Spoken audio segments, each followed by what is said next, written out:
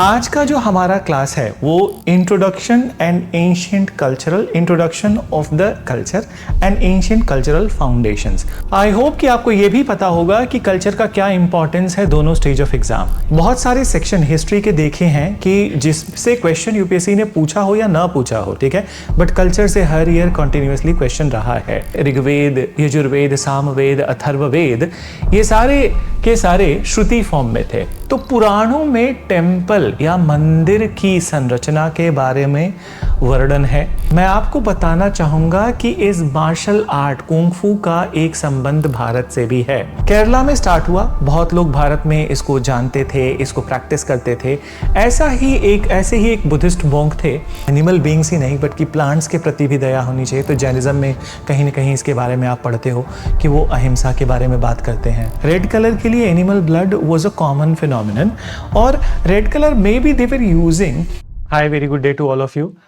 This is the first class of the Sambhav programme. Art and culture का ये पहला class है और टोटल 7 क्लासेस प्लान्ड है। As you must be knowing, आपको ज़रूर पता होगा, ठीक है, कि 7 क्लासेस प्लान्ड है और इनकी थीम्स भी आपको पता होंगे।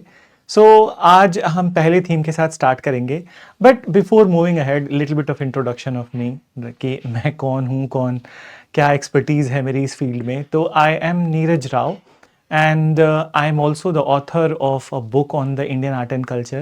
I am also the author of one GS book from the Wiley publication, and moreover I have been teaching art and culture, history, ये सारे subjects मैं लगभग पिछले 15 साल से पढ़ा रहा हूँ, not on paper but in reality, and then moreover I have been associated with some of the big institutes in the industry, and अगर जो selected students की बात करें तो रैंक 1 से लेके रैंक 100 के बीच में मेरे बहुत सारे स्टूडेंट्स हैं, including the last year students also, जिनके अच्छे रैंक थे, rank 2, rank 3, they were classroom students of mine, और प्रीवियस ईयर्स में रैंक 5, रैंक 7। तो just telling you because you must be happy that PW has brought a programme जिससे जो लोग कभी भी बहुत पैसे दे के प्रिपरेशन नहीं कर पाते थे, अब एजुकेशन को PW ने एक्सेसिबल बना दिया है।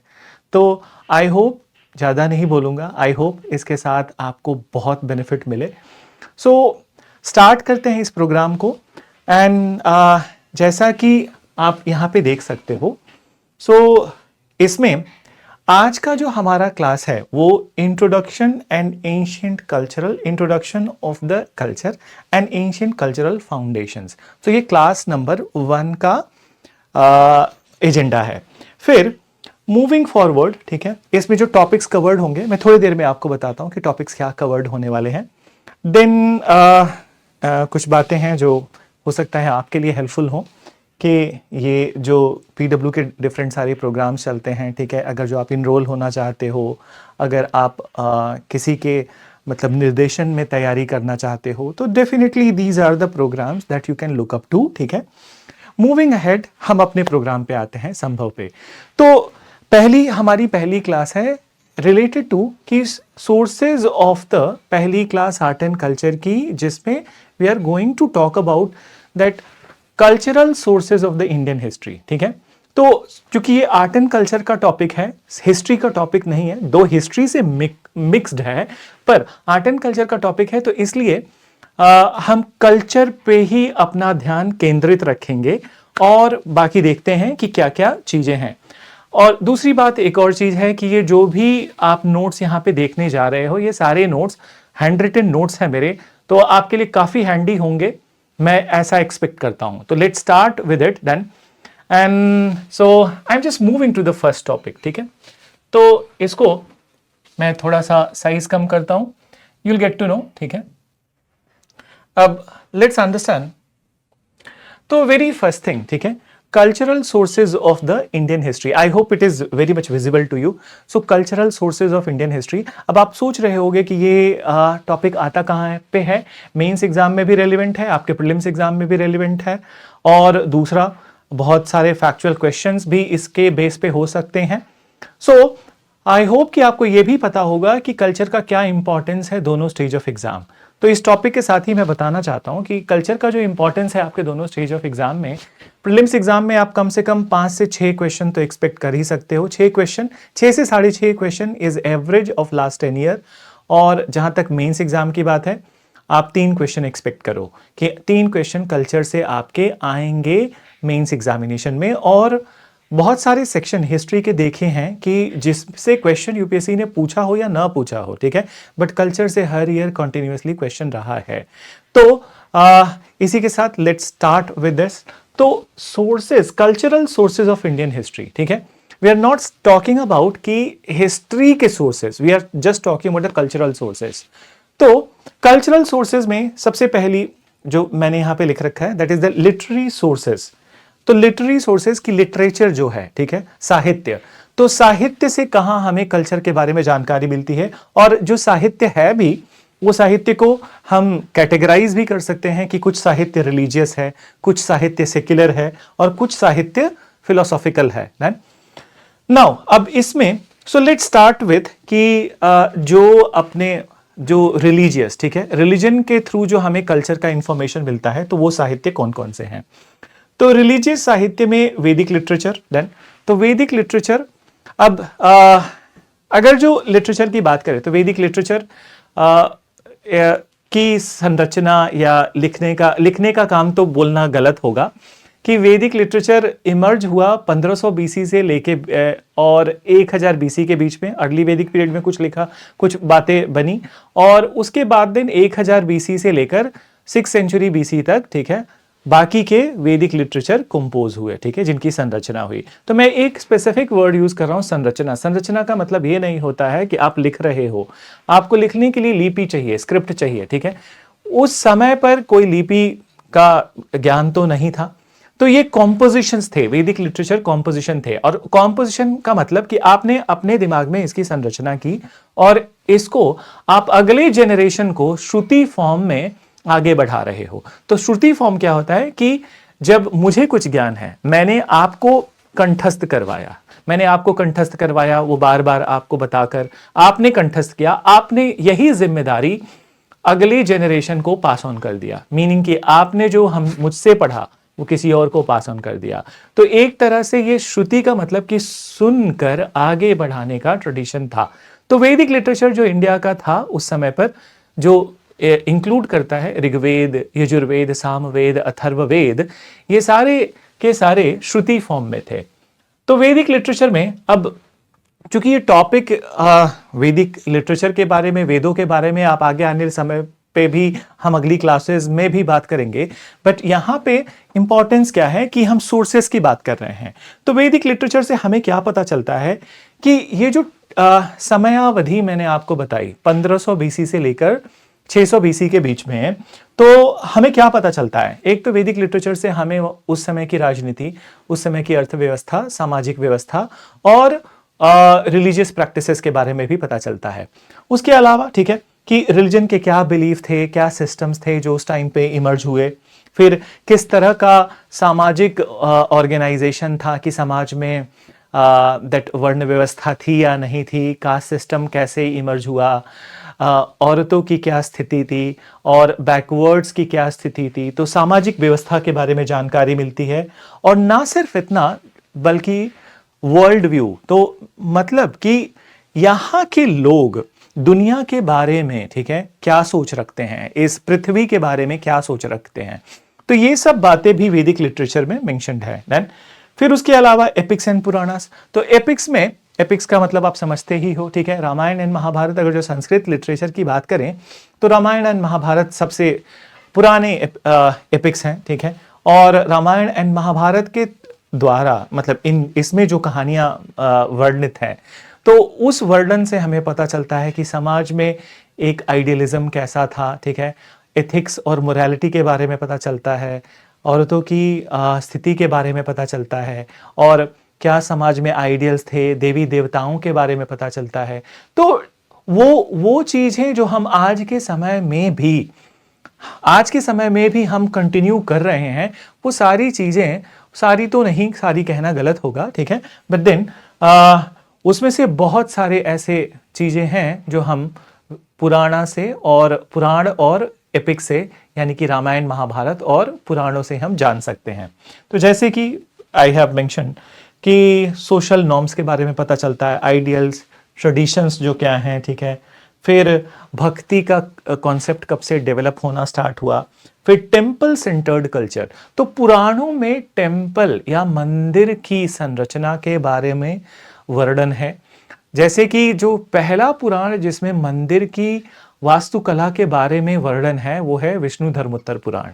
तो पुराणों से हमें मंदिर के बारे में पता चलता है और मंदिर से हमें पता चलता है कि हिंदू धर्म का इंस्टीट्यूशनलाइजेशन कैसे हुआ।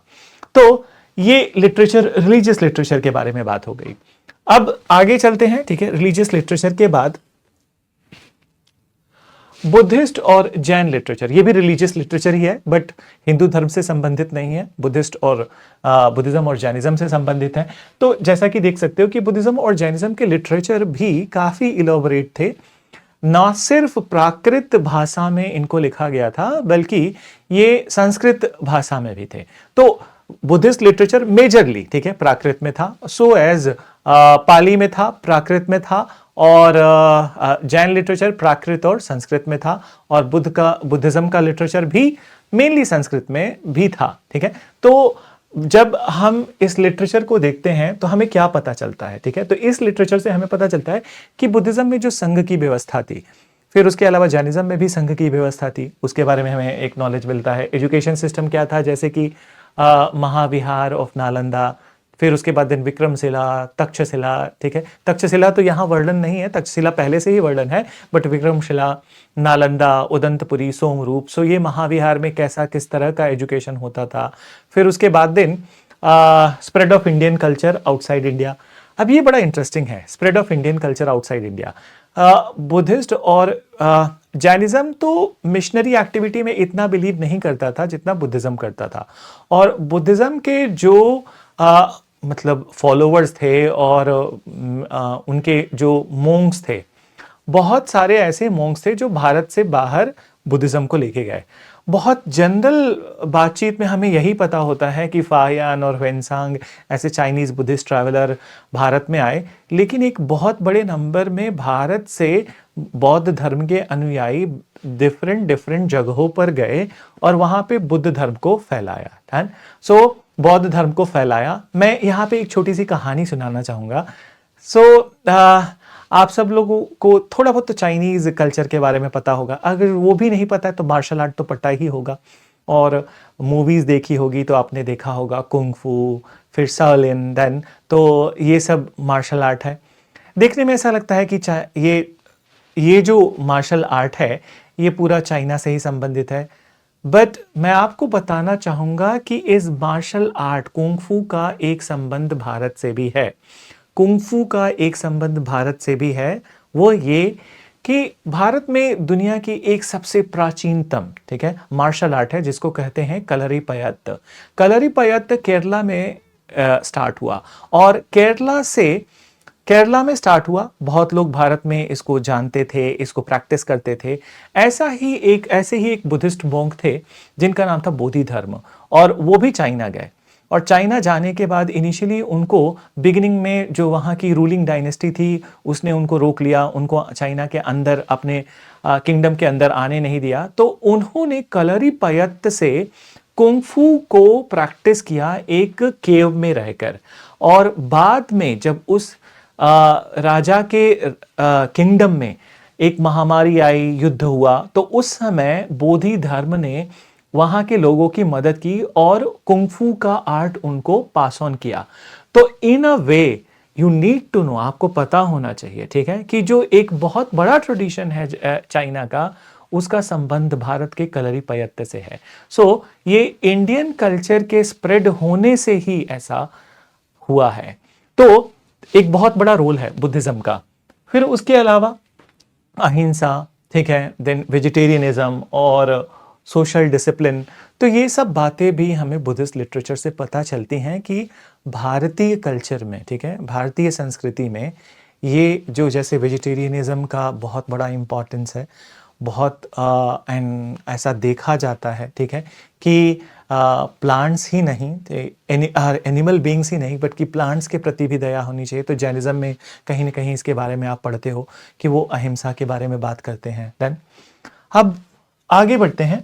उसके बाद in secular literature in Sanskrit. Secular का मतलब यही हो गया कि जिसका संबंध रिलीजन से ना होकर हमारे दिनचर्या के हर बातचीत से है। तो हमारे दिनचर्या के हर बातचीत से है, जिसमें हम क्या करते हैं, ठीक है, उस टाइम की कोर्ट लाइफ कैसी थी, लोग कैसे रहते थे, लोग किस तरह से अपने आप को एंटरटेन करते थे। तो बहुत सारी बातें हो सकती हैं सेक्युलर लिटरेचर में। और संस्कृत के सेक्युलर लिटरेचर में, as I have mentioned over here, ठीक है, कि कोर्ट के कल्चर, रोमांस के बारे में भी पता चलता है कि उस समय रोमांस की क्या डेफिनेशन थी। फिर एस्थेटिक्स का मतलब ये हो गया कि लोग क्या चीज़ें पसंद करते थे, कैसी चीज़ें बनाते थे, अपने मन को प्रसन्न चित्त रखने के लिए कैसे वो डिफरेंट डिफरेंट एस्थेटिक्स में जाते थे। अर्बन लाइफ के बारे में पता चलता है। एजुकेशन उस समय कैसा था, और elite values. So what is elite values is basically कि जो राजधर्म था, कि राजा किस तरह का धर्म निभाते थे, उनके लिए क्या आम लोगों से अलग तरह की नीति व्यवस्था थी या वही नीति व्यवस्था थी।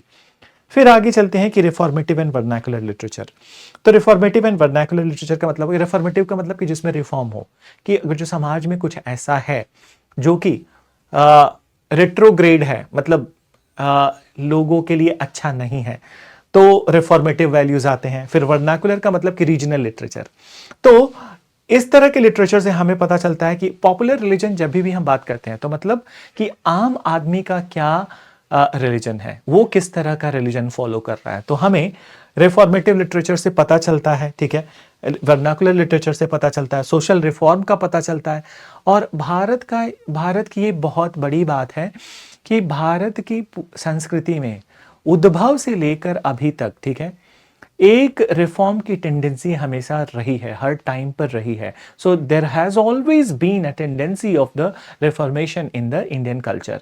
सो ऑब्वियसली कभी कभी किसी किसी जगह पे कुछ ऊंच नीच बातें होती हैं, लेकिन ऊंच नीच बात होने के बावजूद भी अच्छी बात यह है कि उसको करेक्ट करने की कोशिश की जाती है, और ये रिफ्लेक्ट होता है वर्नाकुलर लिटरेचर में। फिर राइज ऑफ रीजनल लैंग्वेजेस, ये बहुत बड़ी बात है। रीजनल लैंग्वेजेस का राइज होना समहाउ, ठीक है, कि ये भक्ति सूफी ट्रेडिशन की भी देन है, और उसके अलावा ये जो लिटरेचर इन लोकल लैंग्वेजेस में लिखे जा रहे थे उनकी भी देन है। सो ये सोर्सेज हमारे हुए लिटरेचर से संबंधित। आगे बढ़ते हैं। अब art and architecture as cultural source. So art and architecture as cultural source, कि इससे क्या हमें पता चलता है कि art, different art forms, dance, painting, ठीक है, म्यूजिक, उसके अलावा आर्किटेक्चर, तो वास्तुकला। तो वास्तुकला पे आते हैं कि रिलीजियस आर्किटेक्चर। अब रिलीजियस आर्किटेक्चर में स्तूपा हो गया, टेम्पल हो गया, ठीक है। तो स्तूपा से हमें बुद्धिज्म के आइडियल्स के बारे में पता चलता है, बुद्धा की लाइफ के बारे में पता चलता है, और उसके अलावा एथिक्स और मोरालिटी के बारे में भी पता चलता है। जब आप थोड़ा डीपर में स्तूपा के बारे में पढ़ते हो, ठीक है, आगे हम बातचीत करेंगे किसी और क्लास में। सो आप देखते हो कि स्तूपा एक तरह से बुद्ध का ही रिप्रेजेंटेशन है, और बुद्ध का ही रिप्रेजेंटेशन है, और उसमें बहुत सारे चीजें जो बनाई गई हैं, ठीक है, वास्तुकला के हिसाब से, उन सब की कुछ ना कुछ मीनिंग होती है। सो स्तूपा से ये सब चीजें। And temple, so temple architecture particularly in Hinduism has led to institutionalization of Hinduism। मैं मतलब इस बात से मैं क्या कहना चाहता हूं कि इंस्टीट्यूशनलाइजेशन का मतलब होता है कि वैदिक सनातन धर्म तो था, पर जब एक टेम्पल, एक वास्तुकला उस रिलीजन से संबंधित जब डेवलप होती है, तो वो धर्म और मजबूत हो जाता है, क्योंकि उसके रेगुलर कंडक्ट के लिए या रेगुलर उसके प्रोपगेशन और उसके प्रमोशन के लिए एक इंस्टीट्यूशन तैयार हो जाता है। तो that's what I am saying कि इंस्टीट्यूशनलाइजेशन ऑफ हिंदुइज्म, ठीक है। तो नागर टेम्पल पहले डेवलप हुआ, उसके बाद दिन साउथ इंडिया में द्राविड टेम्पल, फिर वेसर टेम्पल, और उनके भी बहुत सारे प्रकार डेवलप हुए। अब इन सब बातों का क्या महत्व है, तो बहुत सारे प्रकार डेवलप हुए। हम ये समझ पाते हैं कि ये टेम्पल में ही जब बहुत तरह की वास्तुकला इमर्ज हुई, तो हम ये समझ पाते हैं कि लोगों का टेक्निकल नॉलेज कितना था, या उनका आर्ट के प्रति क्या ओरिएंटेशन है, कि वो कैसी देखना चाहते हैं, कैसा बनाना चाहते हैं। तो different different type of beautiful temples emerged and there is a variety, कि भिन्नता भी है। तो इसी वजह से नॉर्थ के जो मंदिर हैं, साउथ के जो मंदिर हैं, आपको देखने में एक भव्यता भी महसूस होती है और एक अंतर भी महसूस कर पाते हो। उसके अलावा आप ये भी महसूस कर पाते हो कि different type of meson skill है इन नॉर्थ इंडिया में, साउथ इंडिया में, ईस्ट इंडिया में, वेस्ट इंडिया में। सो ये चीजें पता चलती हैं, ठीक है। Religion, technological skills and religious practices भी पता चलती हैं कि गर्भगृह में अगर एक मूर्ति है तो क्या रिलीजियस प्रैक्टिस है, गर्भगृह के सामने अगर अंतराल है तो वहाँ की रिलीजियस प्रैक्टिस क्या है, परिक्रमा पथ है तो वो रिलीजियस प्रैक्टिस। तो हर एक जो एलिमेंट है टेम्पल के अंदर आपको उससे पता चलता है, ठीक है, कि ये किस लिए बनाया गया है, क्या काम है इस पर्टिकुलर स्ट्रक्चर का। देन अब इसी में जहां एक तरफ हम बात करते हैं कि स्तूपा, जैन लिटरेचर, जैन मंदिर, हिंदू मंदिर, वहीं एक तरफ इस्लामिक आर्किटेक्चर का भी एक बहुत महत्वपूर्ण फेज रहा है भारत के इतिहास में। दो इस्लाम का अराइवल अगर जो बात करें हम लोग, तो 712 ईस्वी में जब मोहम्मद बिन कासिम ने आक्रमण किया था सिंध पर, तो तब से आना स्टार्ट हो गया था।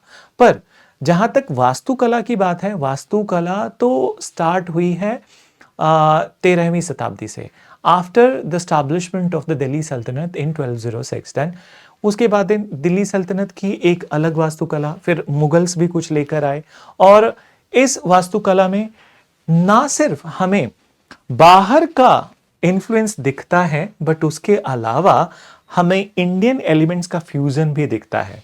तो इसीलिए इस्लामिक आर्किटेक्चर को बहुत बार कहा जाता है इंडो इस्लामिक आर्किटेक्चर, कि कुछ एलिमेंट भारत के थे और कुछ एलिमेंट बाहर से आए थे, और बाहर से जो आए थे उसमें भी मेनली पर्शियन इन्फ्लुएंस, कि पर्शियन इन्फ्लुएंस, पर्शिया का इन्फ्लुएंस, ईरान का इन्फ्लुएंस, कि ईरान में क्या आर्किटेक्चरल चीजें थी।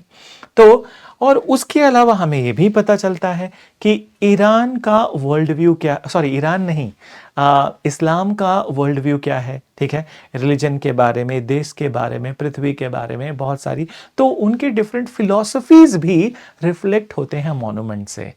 Coming back to the next one, sculpture. Done. तो स्कल्पचर, अब स्कल्पचर रिलीजियस सिंबलिज्म, स्कल्पचर क्या है, ठीक है। तो स्कल्पचर का मतलब आप इन जनरल अगर हम कहें तो मूर्ति कला बोल सकते हैं। तो मूर्ति कला में रिलीजियस सिंबलिज्म, ठीक है, कि डिफरेंट डिफरेंट टाइप के गॉड्स की मूर्तियां बनाना, ठीक है, उसके अलावा डिफरेंट डिफरेंट टाइप के डिज़ाइंस बनाना, मोटिव्स बनाना, तो वो भी ये दर्शाता है कि वहाँ का लोकल आर्ट ओरिएंटेशन क्या है। बहुत बार लोकल ही चीज़ों को वहाँ पे उनकी दिनचर्या को उकेरा जाता है। उसके अलावा दैट प्लांट्स बना रहे हैं, फ्लावर्स बना रहे हैं, तो उसमें भी इंडिजिनस ओरिएंटेशन होता है। बट कभी कभी इंडिजिनस के अलावा, कि मतलब जो इस देश का है उसके अलावा बाहर की भी चीज़ों को भी दर्शाया जाता है। तो जब वो दर्शाया जाता है तो यू गेट टू नो कि इंडिया के लोगों ने कैसे अपना कॉन्टैक्ट स्टैब्लिश किया बाहर के देशों के साथ, और उनसे प्रेरित होकर भी अपनी कला में उनको समाहित किया। तो ये बात हो जाती है art and architecture as a cultural source. Then फिर उसके बाद देन बात आती है इंस्क्रिप्शन की। तो इंस्क्रिप्शंस, देन जैसे इंस्क्रिप्शन के बारे में बात की जाए तो इंस्क्रिप्शन बहुत ही महत्वपूर्ण सोर्स हैं कल्चर के बारे में जानने के लिए। और आप अगर जो यूपीएससी का पेपर उठा के देखोगे तो आपको समझ में आएगा कि अशोका के इंस्क्रिप्शंस, ठीक है, बहुत इंपॉर्टेंट है, ना सिर्फ ये जानने के लिए कि अशोका ने किन किन जगहों पर रूल किया, उसके अलावा ये भी जानने के लिए कि अशोक ने बुद्ध धर्म को बढ़ाया और बुद्ध धर्म से मिशन को बढ़ाया, एथिक्स मोरालिटी को प्रमोट किया, धम्म को प्रमोट किया। तो ये अशोका के इंस्क्रिप्शन से पता चलता है कि क्या cultural that extent of spread is there in the different parts of the world. फिर मूविंग फर्दर, अब यहाँ से चूंकि हम आर्ट्स फॉर्म की बात कर रहे हैं तो पेंटिंग्स देन, तो पेंटिंग्स में पेंटिंग भी बहुत महत्वपूर्ण सोर्स है जानने के लिए कि किस जगह पे किस तरह की संस्कृति थी, किस जगह पे किस तरह की सामाजिक व्यवस्था थी। बहुत बार ये सब दर्शाया जाता है। For example pre historic life and culture, जब पेंटिंग की बात करें तो प्री हिस्टोरिक लाइफ का मतलब हो गया कि जब स्टोन एज था। स्टोन एज बेसिकली जब ह्यूमन बीइंग्स कुछ लिखना पढ़ना नहीं आता था उन्हें, और टेक्नोलॉजी उनकी बड़ी मतलब लोअर लेवल पे थी, तो उस समय पर भी उन्होंने अपने आप को एंटरटेन करने के लिए कुछ आर्ट फॉर्म्स बनाए, ठीक है। जैसे कि प्री हिस्टोरिक पेंटिंग भीमबेटका में, और भी कई जगह नरसिंहगढ़, देन मिर्ज़ापुर में, तो बहुत सारी जगह भारत में, इवन कुमायूं हिल्स में भी। तो उन्होंने अपनी जो दिनचर्या है, ठीक है, जैसे कि हंटिंग गैदरिंग, ठीक है, फिर उसके बाद दिन फाइटिंग, तो ये सब सीन्स वो लोग बना रहे हैं। तो इससे पता चलता है कि उस समय का इंसान क्या कर रहा था, क्या उसका मेजर काम था। फिर पेंटिंग से आपको बहुत कुछ जानकारी मिलेगी, जैसे कि एक होती है भित्ति चित्र। भित्ति चित्र को इंग्लिश में बोलते हैं म्यूरल पेंटिंग। तो भारत की भित्ति चित्र कला को बोलते हैं फ्रेस्को, और भारत से बाहर पर्टिकुलरली यूरोप में इसको बोलते हैं ड्यूको। तो हम उस भित्ति चित्र के बारे में जानना हमें मतलब हम जान पाते हैं। उसके अलावा उसकी क्या टेक्निक है, और भित्ति चित्र को भारत में बढ़ाने में बुद्धिज्म का क्या रोल है, ठीक है। इनफैक्ट अजंता के जो म्यूरल्स हैं, जो उनके वॉल्स पे जो पेंटिंग्स बने हुए हैं, वो टोटली बुद्धिज्म से एसोसिएटेड हैं, और बुद्धिज्म की कहानी का भी वर्णन है, बुद्धा के लाइफ का भी वर्णन है वहां पर। तो आप पेंटिंग से वो जान पाते हो। फिर उसके अलावा एक तरह से painting preservation of historical and cultural detail भी है। जब मुगल पीरियड में आओ तो मुगल पीरियड में पेंटिंग्स की किताब बनती थी। जैसे एक पेंटिंग की किताब थी हमजा नामा, जो कि that book was based on the life of the uncle of the Prophet Muhammad, Amir Hamza. फिर उसी से इंस्पायर होकर अकबर ने फिर आगे इस काम को बढ़ाने की कोशिश की, एंड ही कमीशनड कि रामायण का भी ट्रांसलेशन हो जाए, महाभारत का भी ट्रांसलेशन हो जाए, और पेंटिंग्स के फॉर्म में। तो महाभारत का पेंटिंग के फॉर्म में ट्रांसलेशन हुआ रज़्मनामा। फिर उसके अलावा एक बड़ी ही पॉपुलर कहानियां होती थी उस टाइम पे, तोते की कहानियां, उसको बोलते थे तूतीनामा। तो तूतीनामा का भी पेंटिंग में ट्रांसलेशन हो गया, कि मतलब एक लिटरेचर है जिसको लिटरेचर को एक पेंटिंग बना के, पेंटिंग की बुकलेट बना के रखी गई। तो एक तरह से हिस्ट्री का भी प्रिजर्वेशन पेंटिंग के साथ हुआ। और उसके अलावा हम और भी जान पाते हैं कि कोर्ट लाइफ क्या था उस टाइम का, कोर्ट सीन्स जो डिपिक्ट होते थे, लोग क्या पहनते थे, कपड़े क्या होते थे, कपड़ों में किस तरह की जरी लगती थी, राजा क्या पहनते थे, आम आदमी क्या पहनता था। तो एक तरह से हर युग का पेंटिंग आपको ये बताता है कि उस समय की सामाजिक व्यवस्था, उस समय का सामाजिक चाल चलन, ठीक है, कैसा था। देन नेचर के बारे में भी, ठीक है, हम ये भी जान पाते हैं कि कौन से पेड़ पौधे किस इलाके में थे, ठीक है। जैसे कोटा बूंदी के पेंटिंग्स की बात की जाए तो कोटा बूंदी का पेंटिंग अगर जो देखोगे मेडिवल पीरियड का, तो वहाँ पे maximum depiction of the trees are there, कि जो वहाँ का लोकल ट्री है, ठीक है, लोकल ट्री है, लोकल वहाँ के जो एनिमल्स हैं, तो उनका डिपिक्शन उस पेंटिंग में है। तो हमें पता चलता है कि ये इलाका इन बातों के लिए जाना जाता था। तो पेंटिंग भी एक बहुत इंपॉर्टेंट सोर्स है for the depiction of these all. Then आगे बढ़ते हैं, ठीक है, परफॉर्मिंग आर्ट्स, ठीक है। अब लास्ट के कुछ चीजें हैं। तो performing arts, and performing arts का मतलब कि जो वो आर्ट फॉर्म्स जिनको हम परफॉर्म करते हैं। तो इसमें डांस हो गया, ड्रामा हो गया, म्यूजिक हो गया। अब डांस, ड्रामा, म्यूजिक एक तरह से, ठीक है, जो ह्यूमन बॉडी है, ठीक है, आई होप कि आपको पता है कि इस यूनिवर्स में everything which is functioning right, it has a rhythm. अगर आपकी बॉडी सही चल रही है तो इट हैज अ रिदम। अगर जो आपके बॉडी में, हमारे शरीर में अगर जो कुछ भी दिक्कत है, तो इट मीन्स कि हमारा ओरिजिनल रिदम बिगड़ गया है। तो एक रिदम है पूरे यूनिवर्स में, इस प्लैनेट अर्थ में। For example, very good example I give you, कि एक अगर जो हम पृथ्वी के रिदम की बात करें तो 365 1 बटा 4, ठीक है, तो 365 1/4 डेज में एक पूरा complete revolution of sun happens then, and then 24 hours में एक कंप्लीट रोटेशन होता है। तो ये रिदम है। What is it? It is a rhythm. So rhythm is so natural to human beings that its expression can not be stopped. And what is dance and drama and music? It's a rhythm that we just play some rhythm, कि हम कुछ rhythm बनाते हैं, उसको बजाते हैं और उसको परफॉर्म करते हैं, और उससे जो संतुष्टि मिलती है तो वो एक अलग लेवल की संतुष्टि होती है। पर यहाँ पे हम बात क्या कर रहे हैं कि उसमें हमारा अपना लोकल एलिमेंट क्या है। ऑब्वियसली भारत की जो दैट क्लासिकल डांसेस हैं वो यूरोप के क्लासिकल डांसेस से तो समानता नहीं है। तो हमारे क्लासिकल डांसेस डेवलप कैसे हुए, उसमें हमारे समाज का क्या रोल था, सामाजिक व्यवस्था क्या क्या क्या रोल था, हमारे लिटरेचर का क्या रोल था, रिलीजन का क्या रोल था। So sorry, I am very sorry. Then drama, हमारे सामाजिक लाइफ का डिपिक्शन, कोर्ट लाइफ का डिपिक्शन। उसके अलावा म्यूजिकल इंस्ट्रूमेंट जो बन रहे हैं तो वो लोकल हैं, ठीक है, उनको कैसे प्ले करते हैं। तो ये सारी चीज़ें भी एक तरह से बताती हैं कि हमारे पास्ट में क्या था और हमने उसको कैसे कंटिन्यूटी में रखा है। देन ये भी पता चलता है कि लेवल ऑफ एस्थेटिक वैल्यू क्या था, ठीक है, कि एस्थेटिक प्लेजर की, व्हाट इज एस्थेटिक प्लेजर, कि जो देखने में अच्छा लगे, जो सुनने में अच्छा लगे, ठीक है, जो करने में अच्छा लगे। So that is aesthetic pleasure. So with all these things there was a hell lot of aestheticism in Indian culture.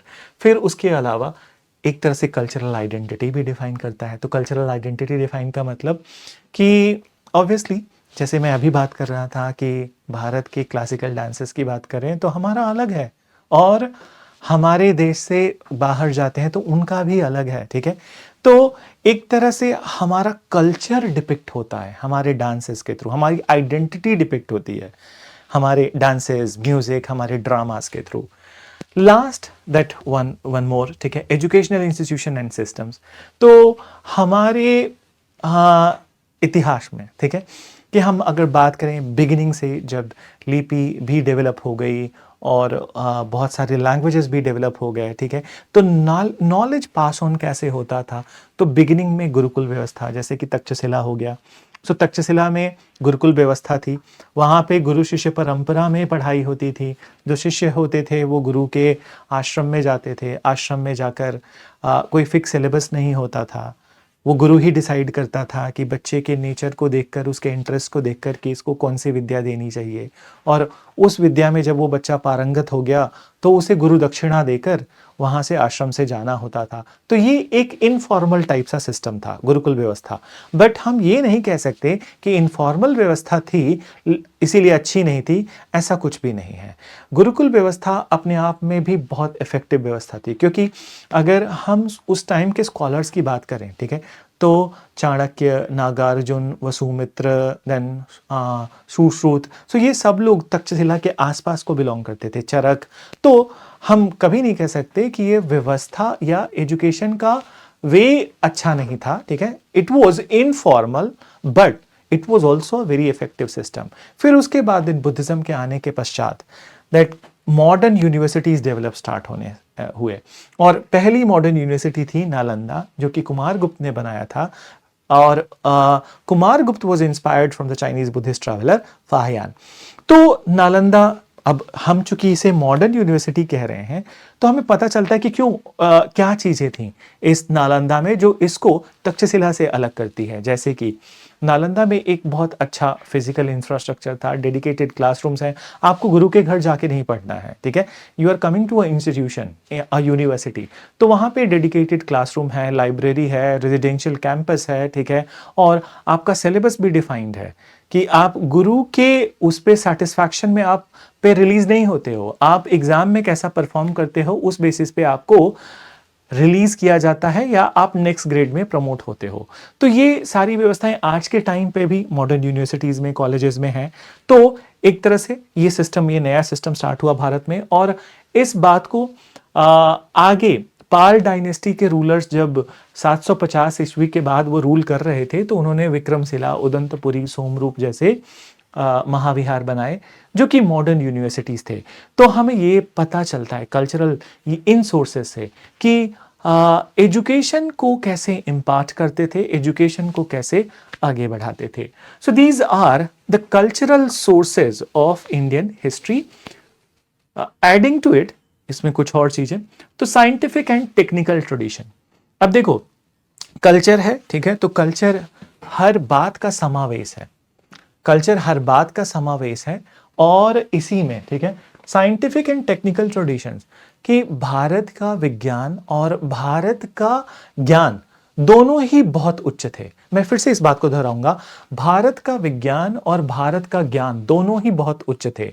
और जब हम पास्ट में जाते हैं तो हम इसको विटनेस कर पाते हैं. जैसा कि मैथमेटिक्स में देखो कि जीरो की मतलब जीरो की उत्पत्ति भारत में होती है, ब्रह्मगुप्त जिन्होंने जीरो का कॉन्सेप्ट दिया.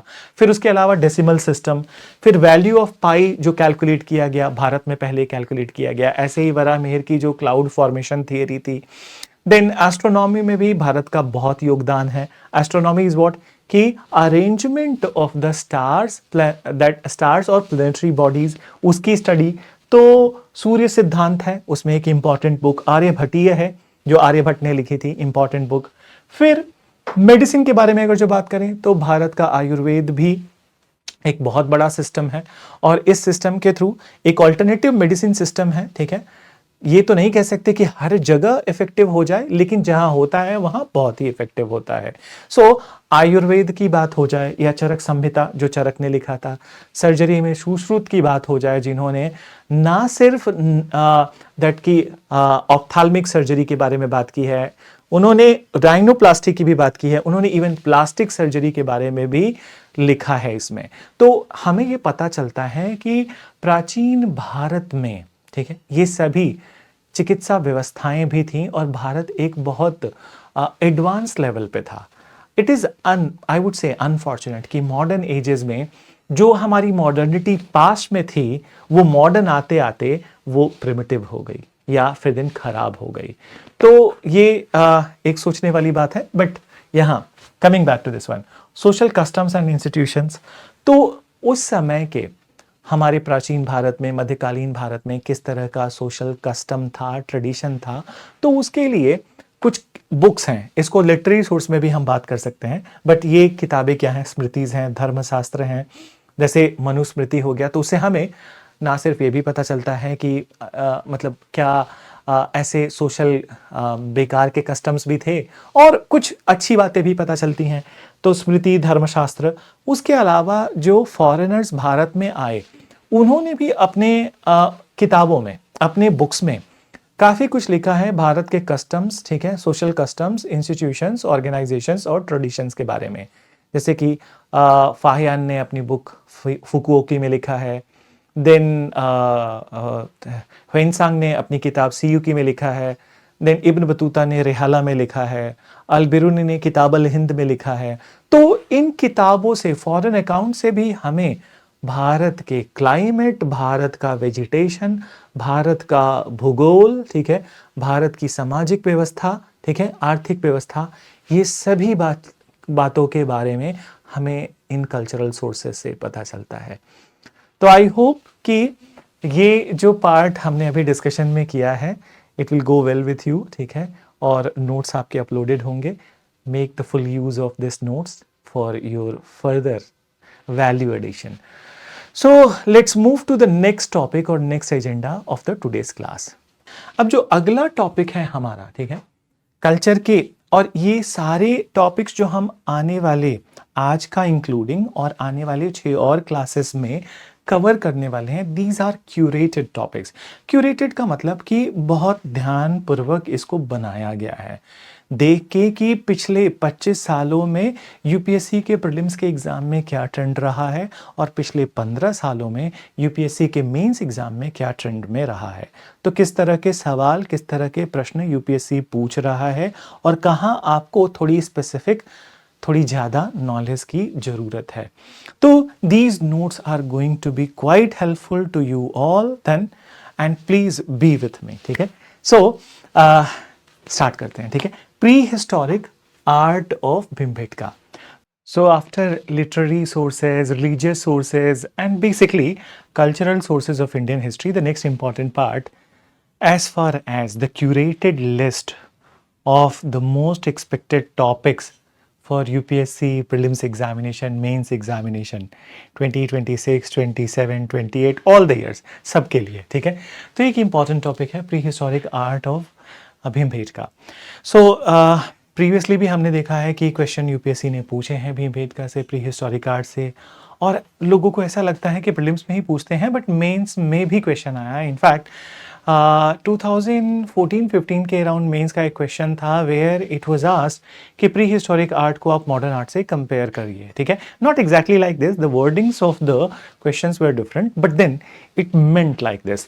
तो coming to pre historic art of Bhimbetka, कि जब स्टोन एज में लोग थे तो उस समय पे भी, ठीक है, जब उनके पास कुछ भी नहीं था, कोई टेक्नोलॉजी नहीं थी, फिर भी लोग एक लेज़र टाइम, एक एस्थेटिक प्लेजर को डिस्प्ले करते थे, डिपिक्ट करते थे, खुद उसमें इन्वॉल्व होते थे। So when it comes to Bhimbetka, Bhimbetka Madhya Pradesh में है और Bhimbetka is among the oldest rock art in the world. तो यहाँ पे भीमबेटका में near about 700 rock cave shelters हैं जिनके अंदर डिफरेंट डिफरेंट टाइप की पेंटिंग्स मिली हैं।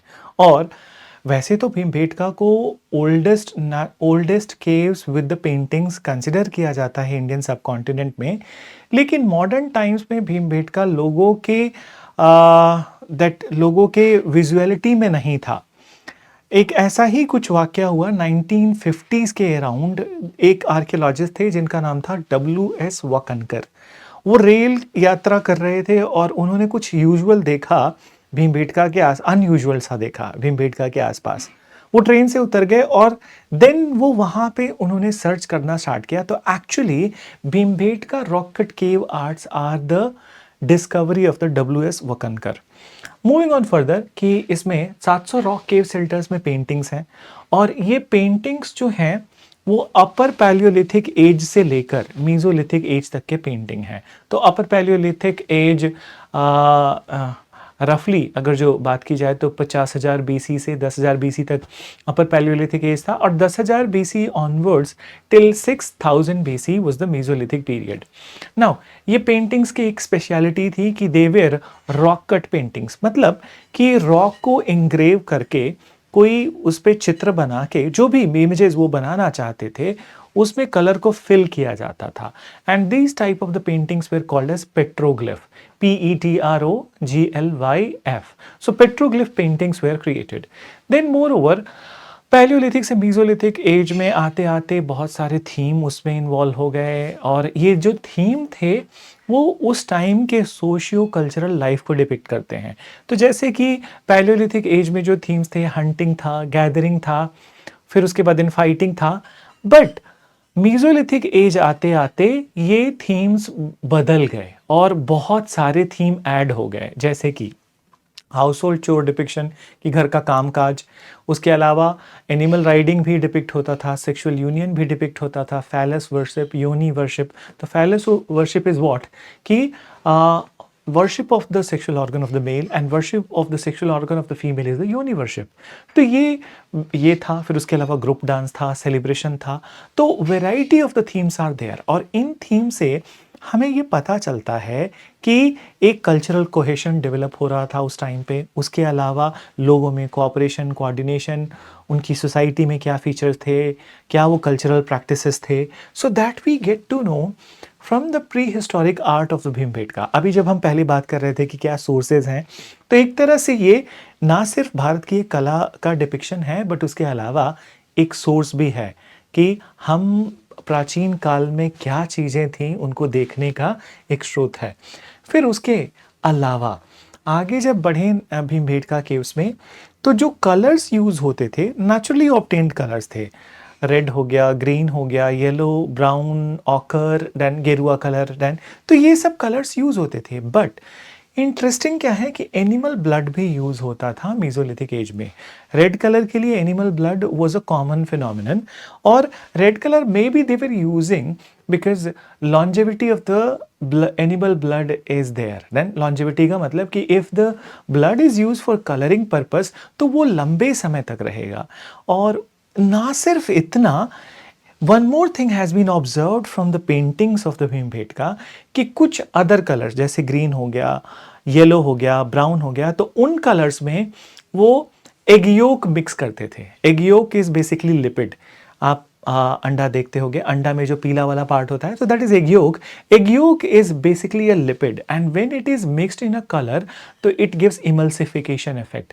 और emulsification effect से क्या होता है कि कलर की उम्र बढ़ जाती है, तो longevity of the painting increases. So it also tells us कि उस समय के भी लोग अपना दिमाग लगाते थे, इंटेलिजेंट थे और अपना काम बखूबी करते थे. So this is a unique art of India. And it is also a mirror to look into the past of India's cultural and societal aspects. So, moving on from Bhimbhetka, I'm let's look at the next big topic. So, after prehistoric period, if we talk about कि अगर हम बात करें कि उसके बाद सबसे महत्वपूर्ण फेज क्या था प्री हिस्टोरिक के बाद, तो कहीं पे भी किसी भी पार्ट ऑफ वर्ल्ड में सबसे बड़ी बात होती है कि एक सिविलाइजेशन का डेवलप होना. अब बहुत बार बातें आती हैं कि सिविलाइजेशन का मीनिंग क्या होता है, सिविलाइजेशन क्या होता है. तो there could be an number of the definition. आप बहुत तरीके से डिफाइन कर सकते हो सिविलाइजेशन को, बट एक मानक स्टैंडर्ड ये है कि civilisation is the standardisation of culture. तो अगर जो मैं कल्चर के हिसाब से इसको डिफाइन करूं तो मैं बोलूंगा कि civilisation is the standardisation of the culture. अब स्टैंडर्डाइजेशन क्या होता है, ठीक है, तो स्टैंडर्डाइजेशन का जितनी हिंदी मुझे आती है उस हिसाब से एक मानक हो गया. तो मानक का मतलब कि अगर मैं एक सोसाइटल सिनेरियो में हूं तो उस सोसाइटल सिनेरियो में एक हर एवरेज औसत आदमी से क्या बिहेवियर एक्सपेक्टेड है, कि मैं सोसाइटल नॉर्म्स को फॉलो कर रहा हूं, वही नॉर्म्स बाकी लोग भी फॉलो कर रहे हैं, वही लॉ, वही कानून, वही कस्टम, वही रिलीजन. तो दैट इज स्टैंडर्डाइजेशन, कि एक स्टैंडर्ड कल्चर है उसको सब लोग फॉलो कर रहे हैं, उसमें से कोई केओटिक वे में नहीं जा रहा है, कोई केओस नहीं क्रिएट कर रहा है. तो that is called as standardisation. तो जब एक बृहत एरिया में अच्छे खासे लोग एक सेम कल्चर को फॉलो कर रहे हों एंड और उसके अलावा, ठीक है, एक कोऑपरेशन हो, कोऑर्डिनेशन हो, प्रोग्रेस हो, अर्बनाइजेशन हो एंड और इन्वेंशंस हो, तो ऐसे एस्पेक्ट्स को हम सिविलाइजेशन कह सकते हैं. जहाँ तक भारत और भारतीय महाद्वीप की बात है, इंडियन सब कॉन्टिनेंट में one of the oldest civilisation of the world was Indus valley civilisation, जिसको हम हड़प्पन सिविलाइजेशन भी कहते हैं. तो ये सिविलाइजेशन आज से 2500 से 2600 साल, ठीक है, बीसी में था. एंड एग्जैक्टली अगर जो आज के टाइम से कैलकुलेट करें तो 4500 साल, ठीक है, 4600 साल बोल सकते हैं. तो कमिंग बैक टू, चूंकि हम हिस्ट्री नहीं पढ़ रहे हैं, यहाँ पे कल्चर का पार्ट है, तो let's come to the topic of the culture. Then that what is the cultural things from the Indus Valley civilization, what all are the cultural things. तो as far as that monuments, arts या उनके art and architecture की बात करें, तो जो चीज़ें हैं, सील, पॉटरी, स्कल्पचर और टाउन प्लानिंग. स्कल्पचर में 3 तरह के स्कल्पचर्स बनाते थे वो लोग, जिसमें कि एक स्टोन स्कल्पचर होता था, टेराकोटा स्कल्पचर जो कि मिट्टी से बनता था, मिट्टी का कोई भी आकार दैट किसी भी मूर्ति को बनाकर और उसको आग में पकाया जाता था, that is terracotta. And bronze sculpture. So इसी को हम आगे बढ़ाते हैं कि सील क्या थे, पॉटरी क्या थे, और सो एज स्कल्पचर और town planning of Indus valley civilisation. तो moving further now, so let's talk first about the seals. Then, so I hope I'm not blocking the information which I'm giving to you. So I'm trying as max कि मैं दोनों भाषाओं में अपने आप को अभिव्यक्त कर सकूं, हिंदी और अंग्रेजी दोनों में.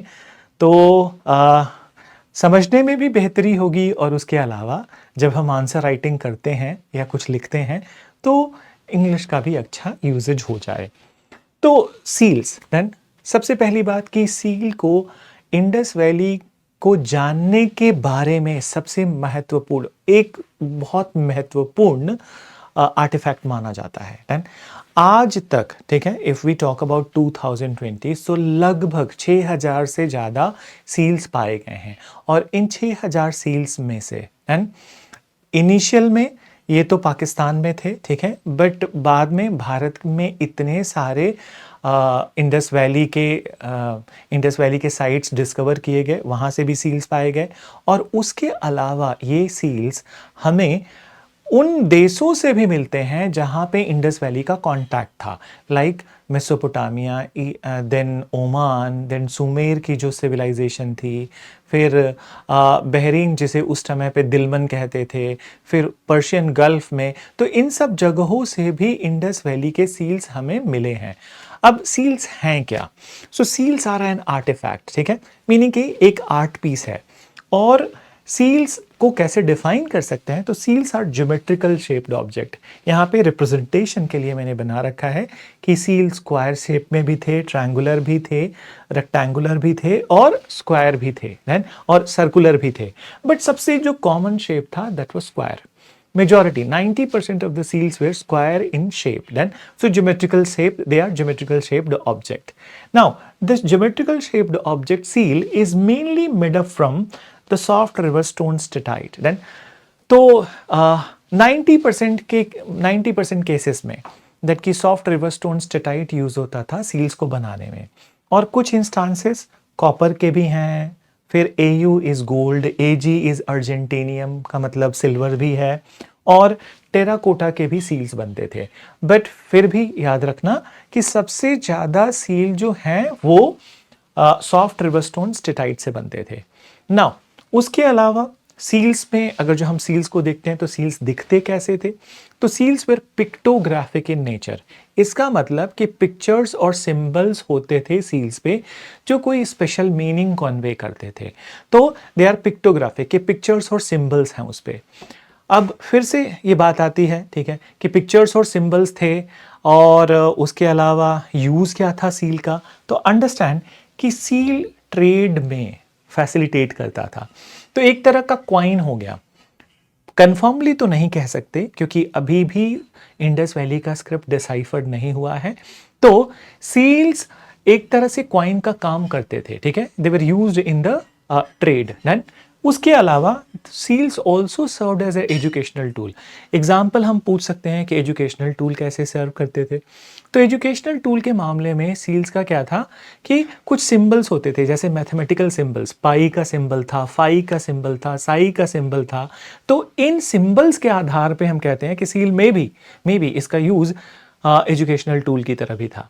उसके अलावा सील को यह भी माना जाता था कि ये इंडस वैली का स्टाम्प है, उनकी अथॉरिटी को दिखाता है। तो जब कभी इंडस वैली से कोई कंसाइनमेंट किसी अदर सिविलाइजेशन, किसी अदर कंट्री, किसी अदर देश में जब जाता था तो वो कंसाइनमेंट को एक सील से स्टाम्प करते थे। तो स्टाम्प करते थे तो it is depiction of the stamp of the Indus valley authority. ऐसा ही अदर केस में भी होता था कि मान लो मेसोपोटामिया से कोई सामान इंडस वैली सिविलाइजेशन आ रहा है तो वो अपना सील उस पर लगाकर भेजते थे। तो ये उनके ओरिजिन को भी दिखाता है कि ये पर्टिकुलर आइटम किस जगह से आया हुआ है। उसके अलावा seals were also used as amulet. Amulet का मतलब ताबीज। सो जैसा कि हम लोग मतलब नॉर्मल बोलचाल या अपने नॉर्मल व्यवहार में हम जानते हैं कि ताबीज का इस्तेमाल होता है भूत को दूर भगाना, स्पिरिट को दूर भगाना, to ward off the evil. तो तांत्रिक प्रैक्टिसेस में यूज होता है। तो अब अगर जो सील एमुलेट की तरह यूज हो रहा है तो ऐसा हम कह सकते हैं कि कुछ तंत्र मंत्र प्रैक्टिस इंडस वैली में भी होती थी। देन एग्जाम्पल्स के बारे में अगर बात करें तो एग्जाम्पल्स जो सबसे इंपॉर्टेंट एग्जाम्पल्स हैं सील के, पशुपति सील, यूनिकॉर्न सील और पीपल लीफ सील। तो पशुपति सील में क्या दिखाया गया है कि पशुपति सील में एक व्यक्ति हैं जो योगासन में बैठे हुए हैं, ठीक है, उनके सिर पे 3 हॉर्न्ड थ्रोन है, एक सिंहासन है जिसमें 3 हॉर्न्स हैं, और he surrounded by animals and what all animals are surrounding him? तो there is a bull, there is a rhino, there is a elephant, then there is a tiger and there is a deer. So 5 animals are depicted surrounding that particular person and he is in a yoga mudra. तो ये बात भी दर्शाता है कि उस समय लोगों को योग के बारे में ज्ञान था, मेडिटेशन के बारे में ज्ञान था। यूनिकॉर्न सील एक अलग तरह का सील था जिसमें एक ऐसा एनिमल दिखाया गया है जिसके सिर पे एक हॉर्न है, बट वो राइनोसेरोस नहीं है, और उसके बॉडी पे जो स्ट्रक्चर्स हैं उस तरह का कोई भी एनिमल आज के युग में नहीं पाया जाता है। तो ऐसा कहते हैं कि मे बी उनका एक डिपिक्शन था, उनकी एक आस्था थी कि इस तरह एक कोई मतलब यूनिक एनिमल था। देन पीपल लीफ सील तो एक तरह से दर्शाता है पीपल लीफ का इंपॉर्टेंस, आज भी इंपॉर्टेंट है पीपल लीफ। हम सोसाइटी में अभी देखते हैं, रोड पे जाओ, दोनों साइड अगर जो देखो कि पीपल के पेड़ होंगे, कहीं कहीं दिखेगा कि लोग पूजा भी कर रहे हैं, धागे भी बांध रहे हैं। तो पीपल लीफ सील भी डिपिक्टेड थे उस टाइम पे। नॉट ओनली दिस, बट इसके अलावा बहुत सारे एनिमल्स डिपिक्टेड थे सील्स पे।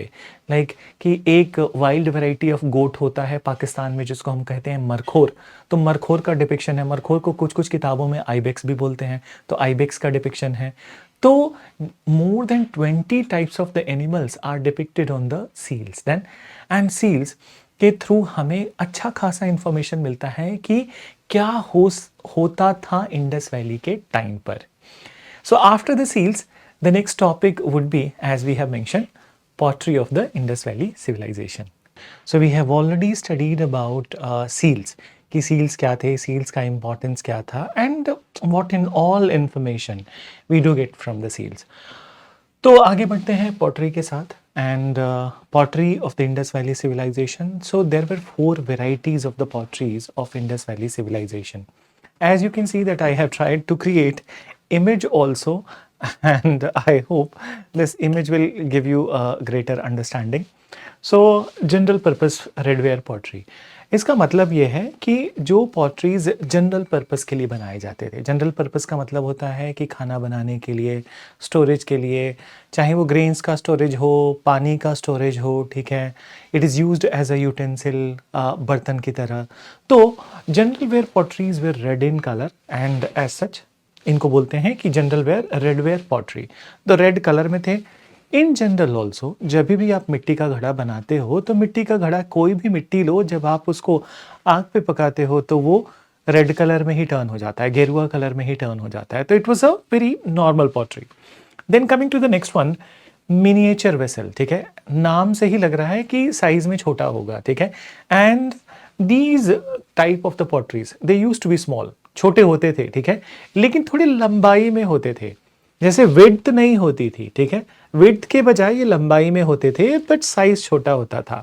एंड इस टाइप के पॉटरीज पे मेनली कुछ डेकोरेशन होता था, कुछ डिज़ाइंस बनाए होते थे। तो सवाल यह उठता है कि इस पॉटरी का यूजेज क्या था। तो ये pottery may be they were using for the decoration, obviously it looks beautiful, तो डेकोरेशन के पर्पज से होगा।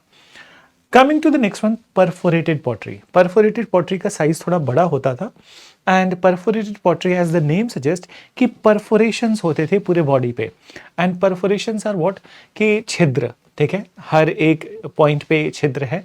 And these pores, so question कि पर्पस क्या था इस पॉटरी का। जनरली ये पॉटरी होता था स्मोकी ग्रे कलर में, और इसको पूरी तरह से बेक करके नहीं बनाया जाता था, हाफ बेक पॉटरी होते थे। And these potteries were used in straining liquor, तो ये अल्कोहल बनाने के काम में आता था, अल्कोहल को छानने के काम में आता था। तो perforated pottery were this. Now another thing which I have mentioned over here is, as you can look at, polychrome faience pottery. तो इसको ध्यान से समझना, ठीक है। पॉलीक्रोम का मतलब होता है, इस वर्ड को तोड़ो, पॉली का मतलब मल्टी, कलर, तो इसका मतलब हो गया क्रोम, क्रोम का मतलब कलर, ठीक है, पॉली का मतलब मल्टी, तो मल्टी कलर फेन्स पॉटरी। अब यहाँ जो वर्ड बीच में लिखा हुआ है फेन्स, फेन्स एक मटेरियल का नाम है, ठीक है, और ये मटेरियल बेसिकली गुजरात में उस समय पे मिलता था, लोथल, धोलावीरा, ये सब इलाकों में, और बोनी वाइट कलर में होता है, जस्ट लाइक यू कैन से कि क्रीमी कलर में होता था। तो बर्तन बनाने के लिए इसका उपयोग बहुत अच्छे तरीके से होता था। तो बर्तन बनाने के लिए लाइक बाउल्स बना लिया, ठीक है, बड़े बड़े तस्तर बना लिए, तो उस पे मल्टीपल कलर से डिजाइनिंग भी होती थी, geometrical design. And if I have to say that the most beautiful pottery of the IVC was the polychrome Fanes pottery. So the pottery, another very important artifact from Indus Valley. Let's move on to the next topic, ठीक है, from Indus Valley. So now sculpture, मूर्ति कला। तो जब मूर्ति कला की बात आती है, ठीक है, इंडस वैली की मूर्तिकला और iconography was very good and in fact there was a variety.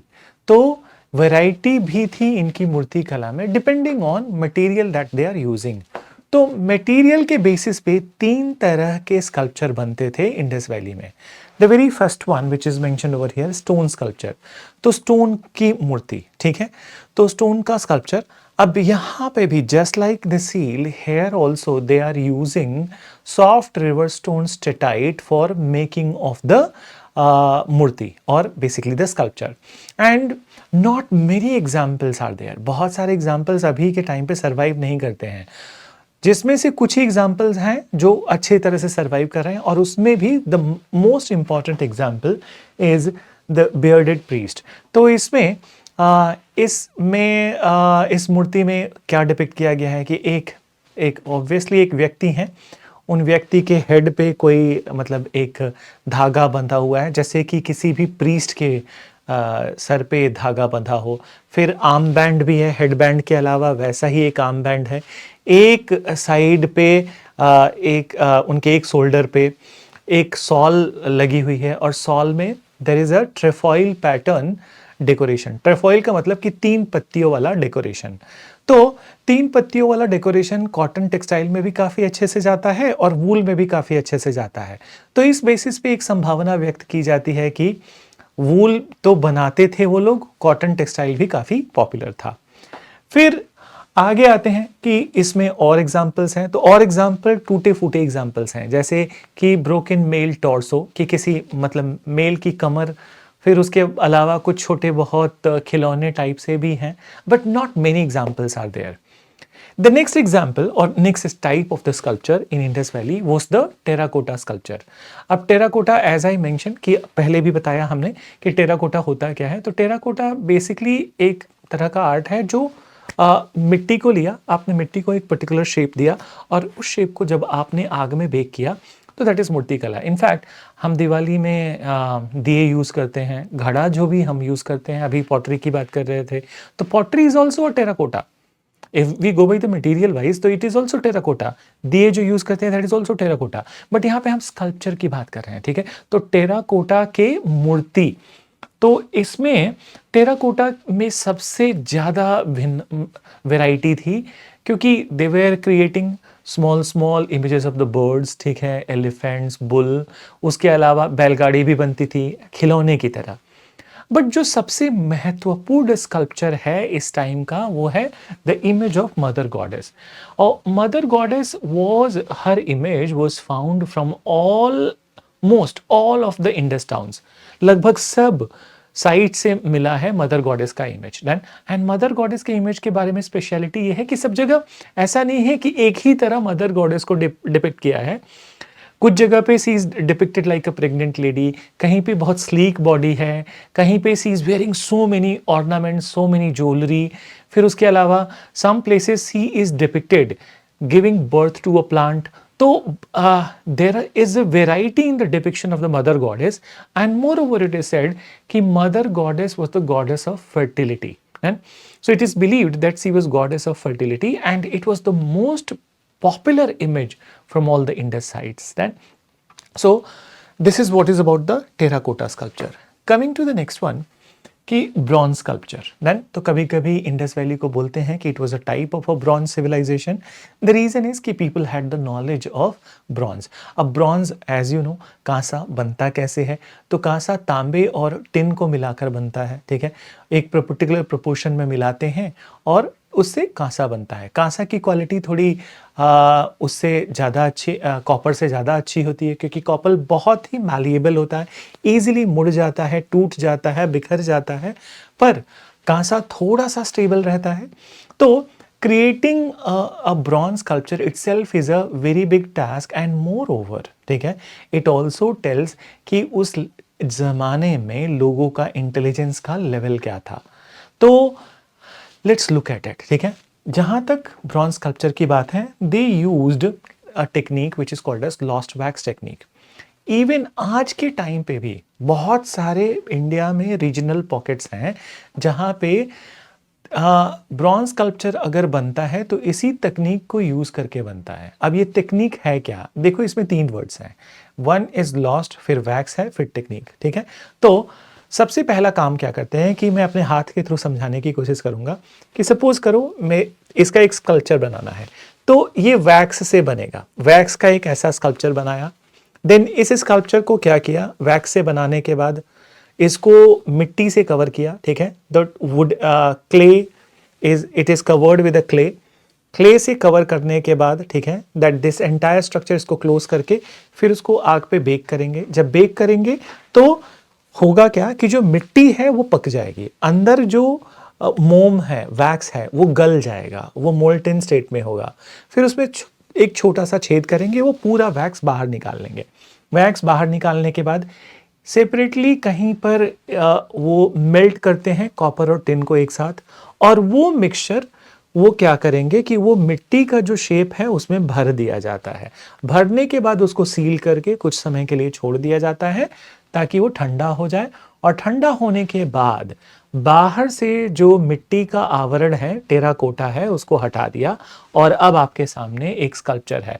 जो स्कल्पचर फिर रिफाइन किया जा सकता है, पॉलिश किया जा सकता है। तो this is how historically bronze was made and bronze sculptures were made, and so as the Indus Valley people were very much aware about it. तो it tells the know-how of the people of the Indus Valley civilization कि उनकी बुद्धिमत्ता कितनी थी। और इसका सबसे बेहतरीन एग्जाम्पल है डांसिंग गर्ल ऑफ मोहनजोदारो। तो जब आप लोगों की तरह मैं भी पढ़ता था तो मुझे लगता था कि जब पहली बार पढ़ा था डांसिंग गर्ल ऑफ मोहनजोदारो के बारे में, तो मेरे दिमाग में एक कल्पना थी कि म्यूजियम जाऊंगा तो देखूंगा कि बहुत बड़ा सा स्कल्पचर होगा, but I was bit surprised that the sculpture size is just this much, it fits in your palm. तो इतना ही बड़ा है। तो it's not bigger than life size then, but it's this much size. But फिर भी ठीक है, वो साइज भी इट टेल्स यू कि उस समय के लोगों को ये पता था कि स्कल्पचर कैसे बनाया जा सकता है और उसको कैसे लंबे समय तक रखा जा सकता है। So it's a great to know our history, our culture, and it's great to take pride in these all things. Moving on to the next part of the Indus Valley. So now we have seen seals पढ़ लिया हमने, pottery के बारे में हमने जानकारी ले ली, और उसके अलावा हमने इनके sculpture के बारे में जानकारी ले ली। तो let's move on to the next big thing of the Indus Valley. So town planning of IVC. So it's one of the most interesting aspects of the Indus Valley civilization, and I would, before going into the topic, I would like to have some discussion with you related to कि Indus Valley को ऐसा कहा जाता है कि it was one of the most advanced civilization in the world. तो आगे बढ़ने से पहले something about the British, ठीक है। जब ब्रिटिश भारत में राज करने लगे, ठीक है, और उसके अलावा they always tried to project themselves as that they are the most civilized lot. उसके अलावा they also started to say कि भारत के लोग तो uncivilized हैं, फिर उसके अलावा भारत के लोग white man's burden हैं। ये सारी बातें एक तरफ, और उन्हीं ब्रिटिश आर्कियोलॉजिस्ट ने उनके ही कैंपेन से जब एक्सकेवेशन होता है 1920 में, जब पता चलता है कि these all are the things, and 1920s में हड़प्पा मोहनजोदारो की डिस्कवरी के साथ it was proven beyond doubt that Indus Valley was the one of the most advanced civilization of the world. तो अब जो लोग कहते थे कि हम एक अनसिविलाइज्ड लॉट हैं, अब वही लोग ये कहते हैं कि एक समय पर दुनिया की सबसे आधुनिक, ठीक है, और सबसे मॉडर्न सिविलाइजेशन यहाँ एग्जिस्ट करती थी। तो that itself is a pride. Now question over here, ठीक है, प्राइड लेने की ही बात नहीं है, ऐसा क्या था इंडस वैली में जिसकी वजह से हम कहते हैं कि ये एडवांस सिविलाइजेशन था, one of the most advance civilisation. And the reason is कि ऐसा नहीं है कि इंडस वैली में बहुत बड़े बड़े लैंडमार्क बिल्डिंग थे, जैसे कि इजिप्ट में थे पिरामिड्स, या फिर देन मेसोपोटामिया में बड़ी बड़ी बिल्डिंग्स थी। ऐसे बहुत लैंडमार्क, बहुत बड़े बड़े बिल्डिंग्स नहीं थे, but Indus valley is considered as the most advance civilisation in the world the first and the foremost reason is कि ये पहली सभ्यता थी जहाँ पे जलाए हुए ब्रिक्स का इस्तेमाल होता था.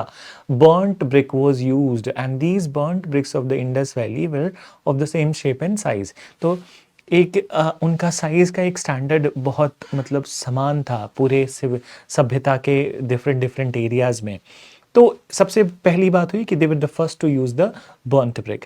देन उसके अलावा उनका टाउन प्लानिंग भी इतना एडवांस था कि जो अरेंजमेंट था वैसा अरेंजमेंट रेयरली कहीं देखने को मिलता है. तो combining these factors it is called as the most advance civilisation of the world. Now let's have a look at कि इंडस वैली के टाउन प्लानिंग में एक्चुअल में था क्या. तो very first thing that in the town planning of Indus valley civilisation in general, ठीक है, exceptions हर जगह होते हैं, ठीक है, but in general Indus valley towns were divided into two parts. Then अब एक पार्ट हो गया as you can see over here, इसको बोलते थे अपर टाउन और अपर टाउन को बोलते थे citadel area. Then there is lower town. So lower town is called as it's meant for the habitation of the commoners, meaning कि हर आम आदमी के रहने के लिए लोअर टाउन होता था.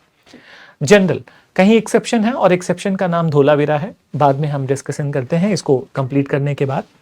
तो जहां तक बात आती है अपर टाउन की, अपर टाउन या सिटाडेल एरिया एक अप्रेस प्लेटफॉर्म मतलब ऊंचे प्लेटफॉर्म पे बनाया जाता था. फिर अब इस एरिया में what you will be able to see कि अपर टाउन में जनरली एडमिनिस्ट्रेटिव बिल्डिंग्स थे.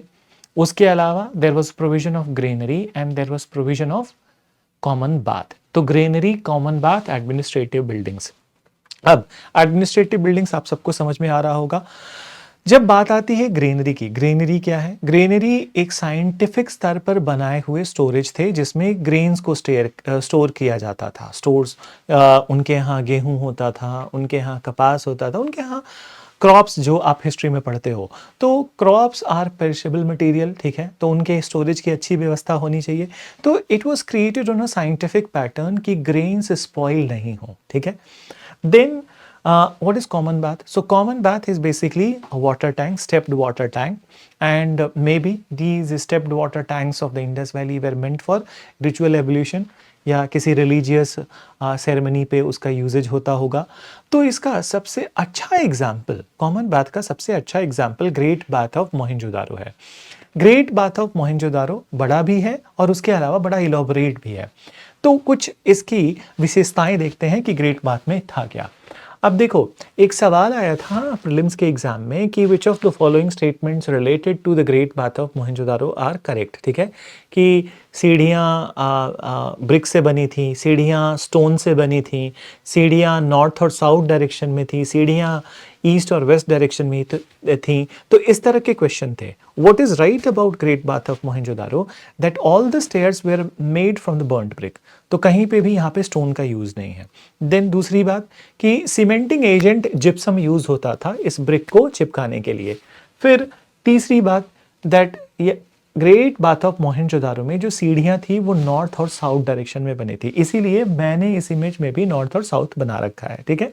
और एक साइड पे दो साइड पे गैलरी, अटैच रूम और वॉशरूम्स थे ताकि लोग कपड़े बदल सकें, वॉशरूम को इस्तेमाल कर सकें. तो एक बड़ी ही अच्छी व्यवस्था थी इस वाटर टैंक में इंडस वैली सिविलाइजेशन में या फिर मोहनजोदारो में. देन एक और इंटरेस्टिंग बात यह है कि इंडस वैली का जो ये वाटर टैंक था या ग्रेट बाथ ऑफ मोहनजोदारो, ये लीक प्रूफ था, इससे पानी कहीं लीक नहीं होता था. द रीजन बीइंग कि जो नीचे का स्तर था, जो नीचे का लेवल है, उसको चारकोल से प्लास्टर किया था. तो चारकोल प्लास्टरिंग से पानी का लीकेज भी नहीं होता था. तो वंस अगेन, ठीक है, I don't need to tell you कि ये उनकी इंटेलेक्चुअल कैपेसिटी को दर्शाता है. ये एकदम इम्प्लिसिट है कि ये उनकी इंटेलेक्चुअल कैपेसिटी को दर्शाता है. सो ये हो गई बात सिटाडेल एरिया की, ठीक है.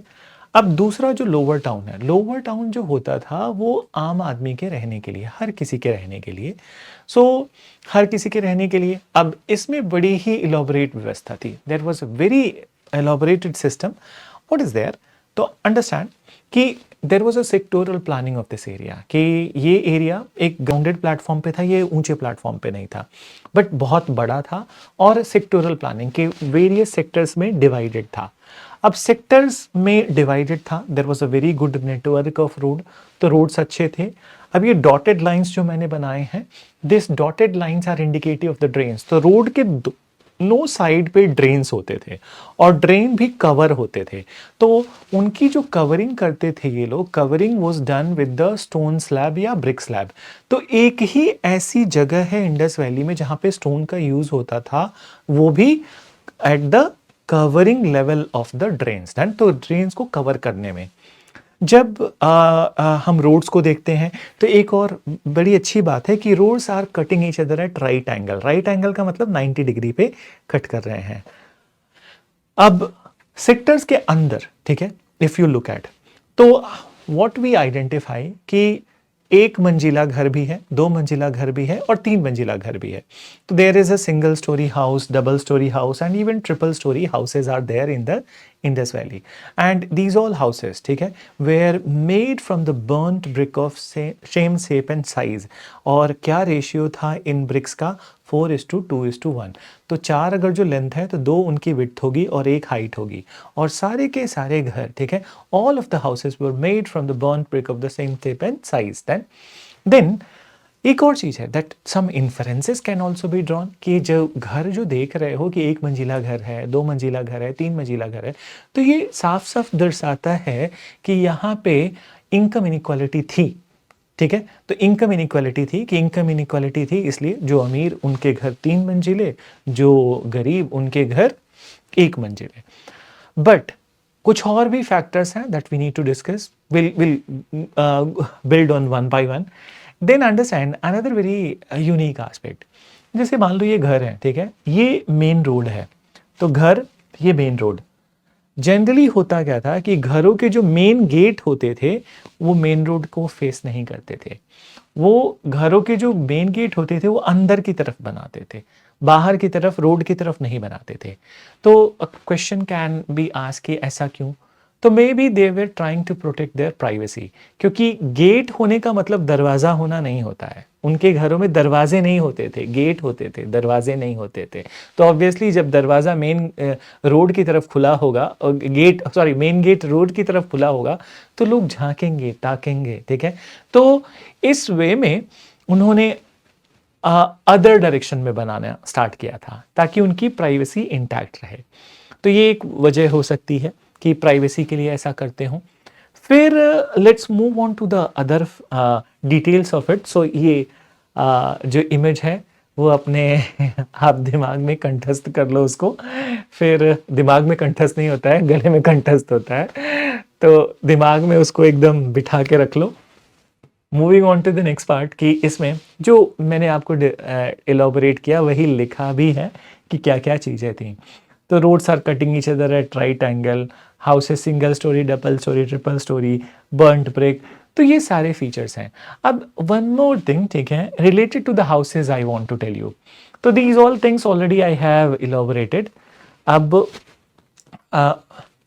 जैसा कि हमने बात किया कि रोड के दोनों साइड्स पे ड्रेन्स होते थे और ये ड्रेन्स कवर होते थे। बट एक और स्पेशलिटी है कि रेगुलर इंटरवल पे ये ड्रेन्स के अंदर, जैसे आप ड्रेन्स को देखोगे तो झांक के अंदर देखो तो you will get to know कि रेगुलर इंटरवल पे सम्स हैं। सम्स का मतलब कि अगर जो समझो कि ड्रेन का नॉर्मल सतह इतनी ऊंचाई पे है तो सम्स के एरियाज में थोड़ी गहराई होगी, ठीक है। तो व्हाट इज दिस सम्प? और सम्प को आज के टाइम पे सेस्पिट या मैनहोल बोलते हैं। और मैनहोल वर्ड से आपको समझ में आना चाहिए कि इसका पर्पस क्या है। मैनहोल क्या होता है कि जो भी सॉलिड वेस्ट होता है वो इसमें इकट्ठा होता है, और जब ड्रेन की क्लीनिंग होती है तो इसी सम्प एरिया से उस सॉलिड वेस्ट को हटाया जाता है और फिर वाटर के फ्लो को मेंटेन किया जाता है। तो आज के टाइम पे भी, चाहे वो भारत हो या भारत से ज़्यादा डेवलप्ड देश हो, ठीक है, कहीं पे भी अगर ड्रेन्स बनती है तो उसमें सेस्पिट मैनहोल्स बनते हैं। देन तो आज से 4500 साल पहले इंडस वैली के लोग ऐसा कर रहे थे itself. So now you tell, ठीक है, now you think that what was the level of the intelligence, ठीक है, and hygiene also in this civilization. Coming to the next one, ठीक है। अब घरों के बारे में जब हम बात करते हैं, चाहे वो सिंगल स्टोरी घर हो, डबल स्टोरी हो या ट्रिपल स्टोरी हो, कुछ फीचर्स कॉमन थे और वो फीचर उसमें सबसे इंपॉर्टेंट कोर्टयार्ड होना, ठीक है। तो घर के बीचों बीच में आंगन होता था, कोर्टयार्ड, और आंगन के चारों तरफ, ठीक है, सेपरेट बेडरूम है, एक किचन है, फिर वॉशरूम है। कुछ कुछ घरों में लोगों के प्राइवेट वेल थे, अपने कुएं थे जिसको वो अपने पर्पस के लिए इस्तेमाल कर सकते थे। बट इसमें भी एक यूनिक एस्पेक्ट ये है कि जिन जिन जिस जिस भी पार्ट में, घर के जिस भी पार्ट में कुआं होता था, उसके बाहर की दीवार नहीं बनाई जाती थी। द रीज़न इज कि बाहर की दीवार अगर जो नहीं बनाई है तो किसी और को अगर जो पानी की ज़रूरत है अपनी कम्युनिटी में, तो वो उनके घर से आकर पानी ले सकता है। तो ये एक्चुअली दिखाता है कि सोसाइटी वॉज अनइक्वल तो था, ठीक है, बट डिस्क्रिमिनेटरी नहीं था। लोगों के बीच में कोऑपरेशन, कोऑर्डिनेशन काफ़ी था। देन एक्सेप्शन जो मैंने आपको बात किया, ठीक है, कि 2 लेयर टाउन प्लानिंग का एक एक्सेप्शन है, दैट इज धोलावीरा टाउन। सो धोलावीरा गुजरात में पड़ता है और रण ऑफ कच्छ के नज़दीक है, और धोलावीरा को आज के समय पर सबसे एडवांस्ड इंडस वैली का साइट माना जाता है। धोलावीरा का एक्सकेवेशन 1986 से स्टार्ट हुआ और यहाँ पे पाया गया कि यहाँ 3 लेयर्स हैं सिटी के, एक तो अपर टाउन, एक लोअर टाउन, बट बीच में एक मिडिल टाउन भी था धोलावीरा में। और धोलावीरा को उसके रेडियल ड्रेनेज पैटर्न के लिए भी जाना जाता है। 2022 में धोलावीरा को यूनेस्को हेरिटेज साइट घोषित किया गया। तो ऑलरेडी ये क्वेश्चन आपके प्रीलिम्स में 2022 में ही पूछ भी चुका है। और हमारे एक टॉपिक जो लास्ट में आएगा अपने कोर्स में, उसमें है यूनेस्को हेरिटेज साइट। सो एक बार फिर से हम डिस्कशन करेंगे इम्पॉर्टेंट यूनेस्को हेरिटेज साइट्स की। तो ये तो रही बात इंडस वैली सिविलाइजेशन की। अब हम आगे बढ़ते हैं अपने कोर्स में। जो थीम्स हैं बहुत इम्पॉर्टेंट प्रीलिम्स और मेंस दोनों के हिसाब से, तो उसमें एक सबसे महत्वपूर्ण पड़ाव है, सबसे महत्वपूर्ण स्टेज है वैदिक सिविलाइजेशन का और बेसिकली वैदिक कल्चर का। तो अब now we will talk about the Vedic culture. So Vedic culture then now, अब किस फेज को हम वैदिक कल्चर बोलते हैं, let's understand man. So Vedic culture बोलो या वैदिक पीरियड बोलो, ठीक है, एंड वैदिक नाम कहाँ से आता है, कब से स्टार्ट होता है। तो हिस्टोरिसिटी देखते हैं, अगर जो क्रोनोलॉजी देखते हैं तो क्रोनोलॉजी में 2600 बीसी से लेकर 1800 बीसी तक रफली it is Indus valley civilisation. फिर डिक्लाइन होता है इंडस वैली का।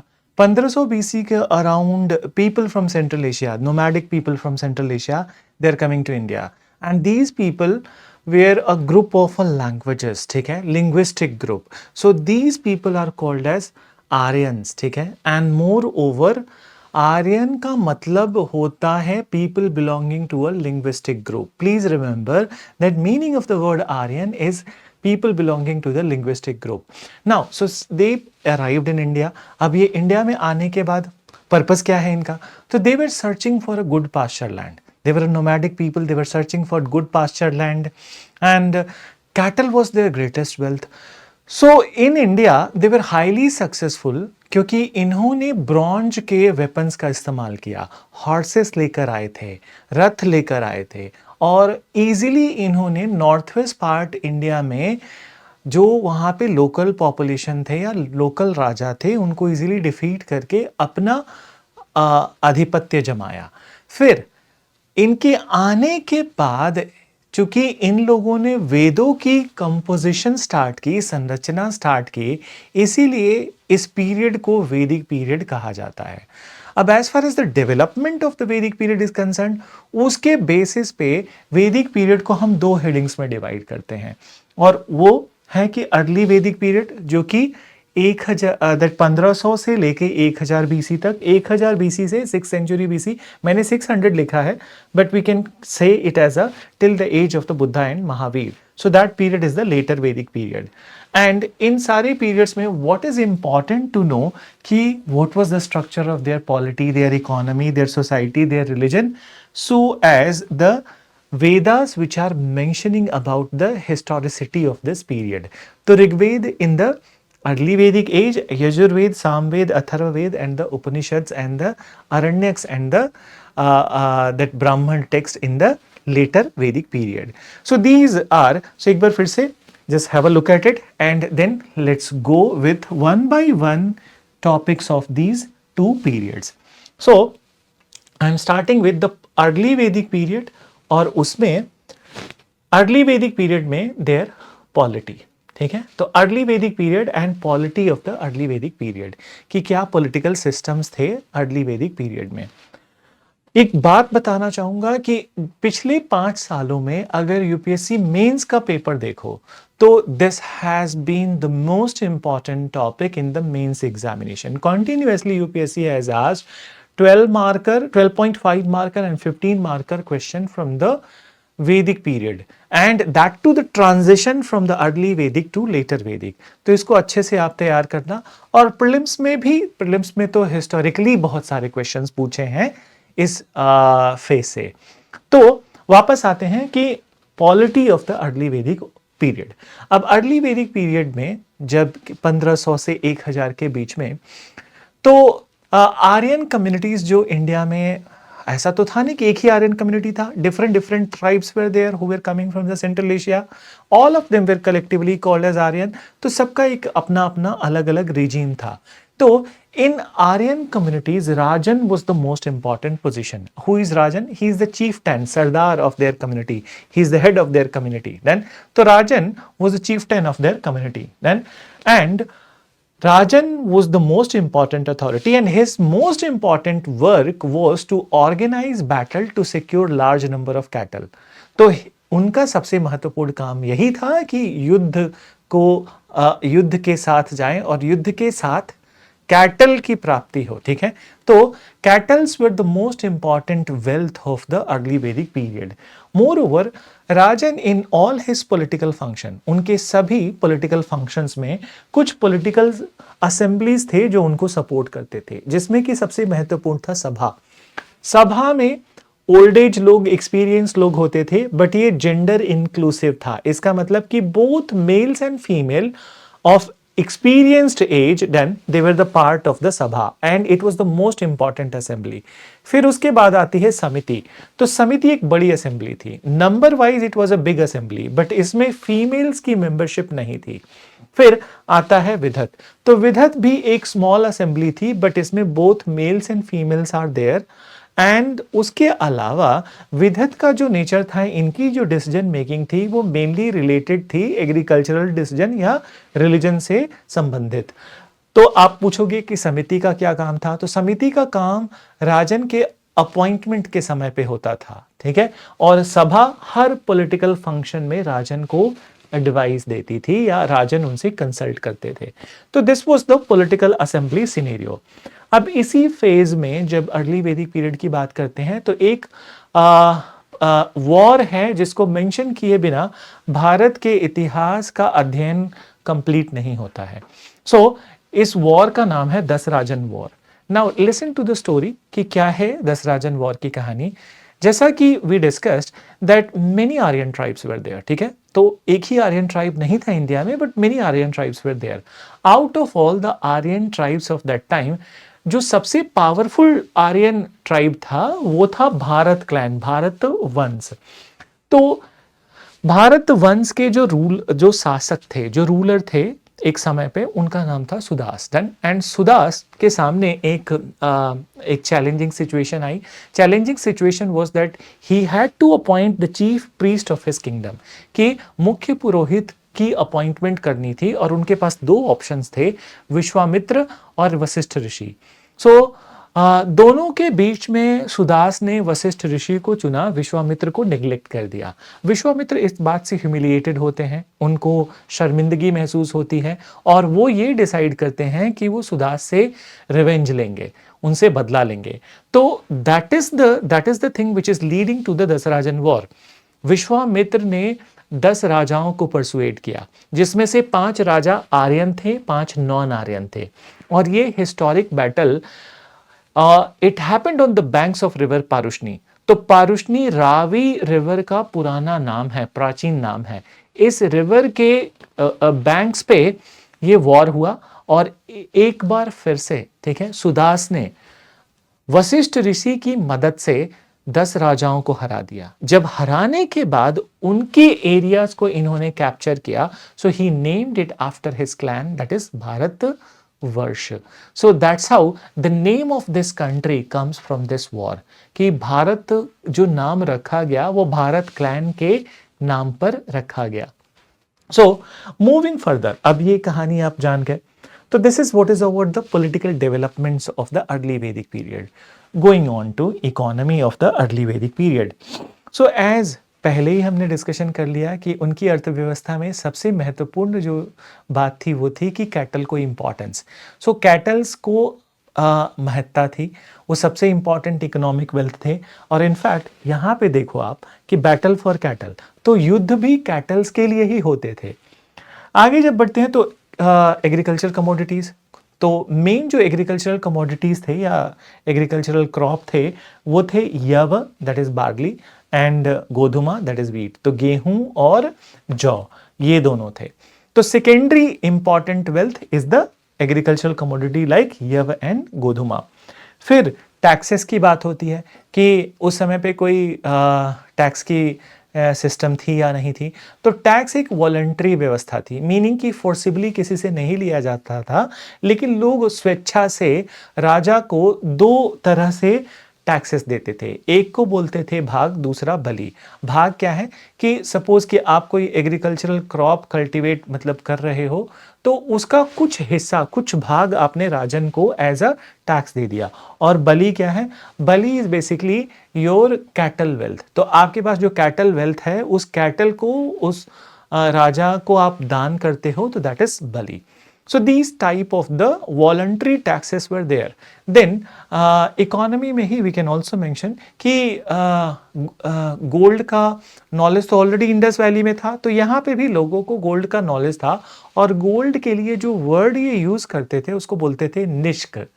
तो याद करने का अच्छा तरीका बताऊंगा मैं आपको कि तनिष्क एक ब्रांड है और तनिष्क में टाटा और निष्क, निष्क is indicative of the gold. तो इस तरह से आप याद रख पाओगे कि निष्क जो वर्ड था वो इंडिकेटिव था गोल्ड के लिए। अब पॉलिटी हो गई अर्ली वैदिक पीरियड की, इकोनॉमी हो गई। अब इनकी सोसाइटी और रिलीजन को देखते हैं, ठीक है।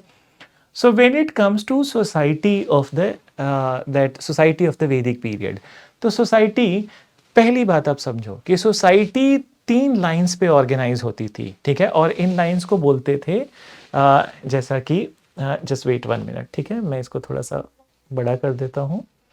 तो जन विस कुल, ठीक है, आई होप आपको विजिबल है। तो जन विस कुल, तो जन क्या है कि जन का मतलब जनपद, ठीक है, कि अपनी कम्युनिटी के सारे लोग, अपना साम्राज्य। तो जन एक से जन के लाइन पे लोग ऑर्गेनाइज होते थे। देन विस, विस इज व्हाट? क्लैन, कि वंशज, तो वंशज के लेवल पे। और थर्ड वाज कुल, कुल इज व्हाट? की फैमिली, तो फैमिली को कुल बोलते थे। तो सबसे इंपॉर्टेंट यूनिट जो समाज में था वो था फैमिली, कुल। तो कुल को जो हेड करते थे उन्हें कहते थे कुलापा। तो chief of the family, head of the family was कुलापा। और इनवेरिएबली कुलापा was eldest male member of the family. तो घर के सबसे वृद्ध व्यक्ति को कुलापा कहते थे और उन्हीं की अथॉरिटी होती थी। समाज पितृसत्तात्मक था, पेट्रियार्कल सोसाइटी। सो समाज पितृसत्तात्मक था, it was a patriarchal society. But understand, being a patriarchal society does not mean that people were not respecting women. In fact, women were accorded a hell lot of great respect in the society. So let's look at the status of the women in the society. So status of the women in the society, जैसे कि women को early वैदिक period में political rights available थे। किस form में? तो women were members of the सभा, जो कि सबसे महत्वपूर्ण असेंबली थी, और they were also the members of the विधत। तो ये एक बात हुई। Then educational rights were also available to women. इसका एक बहुत महत्वपूर्ण एग्जाम्पल है कि educational discourses were not only open to the men but also to the women. And very good example is lady, an intellectual of that time, Lopamudra, she was wife of the Agastya rishi. तो वो एक उस समय की एक intellectual थी। फिर जहाँ तक मैरिजेस की बात आती है तो चाइल्ड मैरिज का कोई इंस्टांस यहाँ से विटनेस नहीं हुआ है। फिर उसके अलावा गांधर्व विवाह। तो व्हाट इज गांधर्व विवाह? Love marriage. So love marriage in those days early वैदिक पीरियड वाज अलाउड था। हाँ, कुछ टर्म्स एंड कंडीशन थे कि अपनी ही कम्युनिटी के लोग हों, बट कम्युनिटी के बाहर ना हो, तो बट फिर भी love marriage was allowed. Then समाज विकसित था, समाज विकास को मानता था, और उस समय पर विडो रीमैरिज परफेक्टली अलाउड था। ठीक है, और इस विडो रीमैरिज को बोलते थे नियोग विवाह व्यवस्था। तो इसमें जो कंडीशंस थे कि अगर किसी महिला के हस्बैंड की डेथ हो जाती है तो she was given option कि she can get married to the younger brother of her dead husband। तो छोटे भाई से शादी हो सकती थी। और एक और बात ये भी होती थी कि अगर जो महिला को पहले विवाह से पुत्र की प्राप्ति हुई है तो देन सी कैन डिसाइड कि वो अनमैरिड रह सकती हैं, बट पुत्र की प्राप्ति नहीं हुई है तो it is better that she must get married to younger brother of the dead husband. Then polygamy was practised in the society. Slavery की जहां तक बात आती है, स्लेवरी वॉज रैम्पेंटली प्रैक्टिस्ड। ठीक है, और समाज में दो तरह के स्लेव्स थे जिनको बोलते थे दास और दस्यु। दास वो थे जो आर्यंस थे।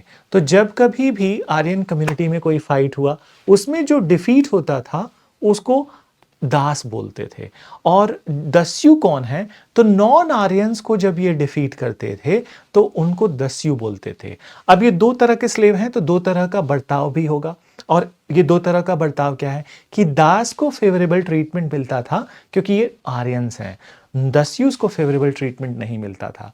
और फेवरेबल ट्रीटमेंट नहीं मिलता था, इनफैक्ट ऋग्वेद जो बहुत बड़ा इंफॉर्मेशन का सोर्स है इस पीरियड के बारे में, वो मेंशन करता है कि अर्ली वैदिक पीरियड में दस्यु हत्या या मास massacre of the Dasyus were happening. Then, so slavery was rampantly practiced in the society.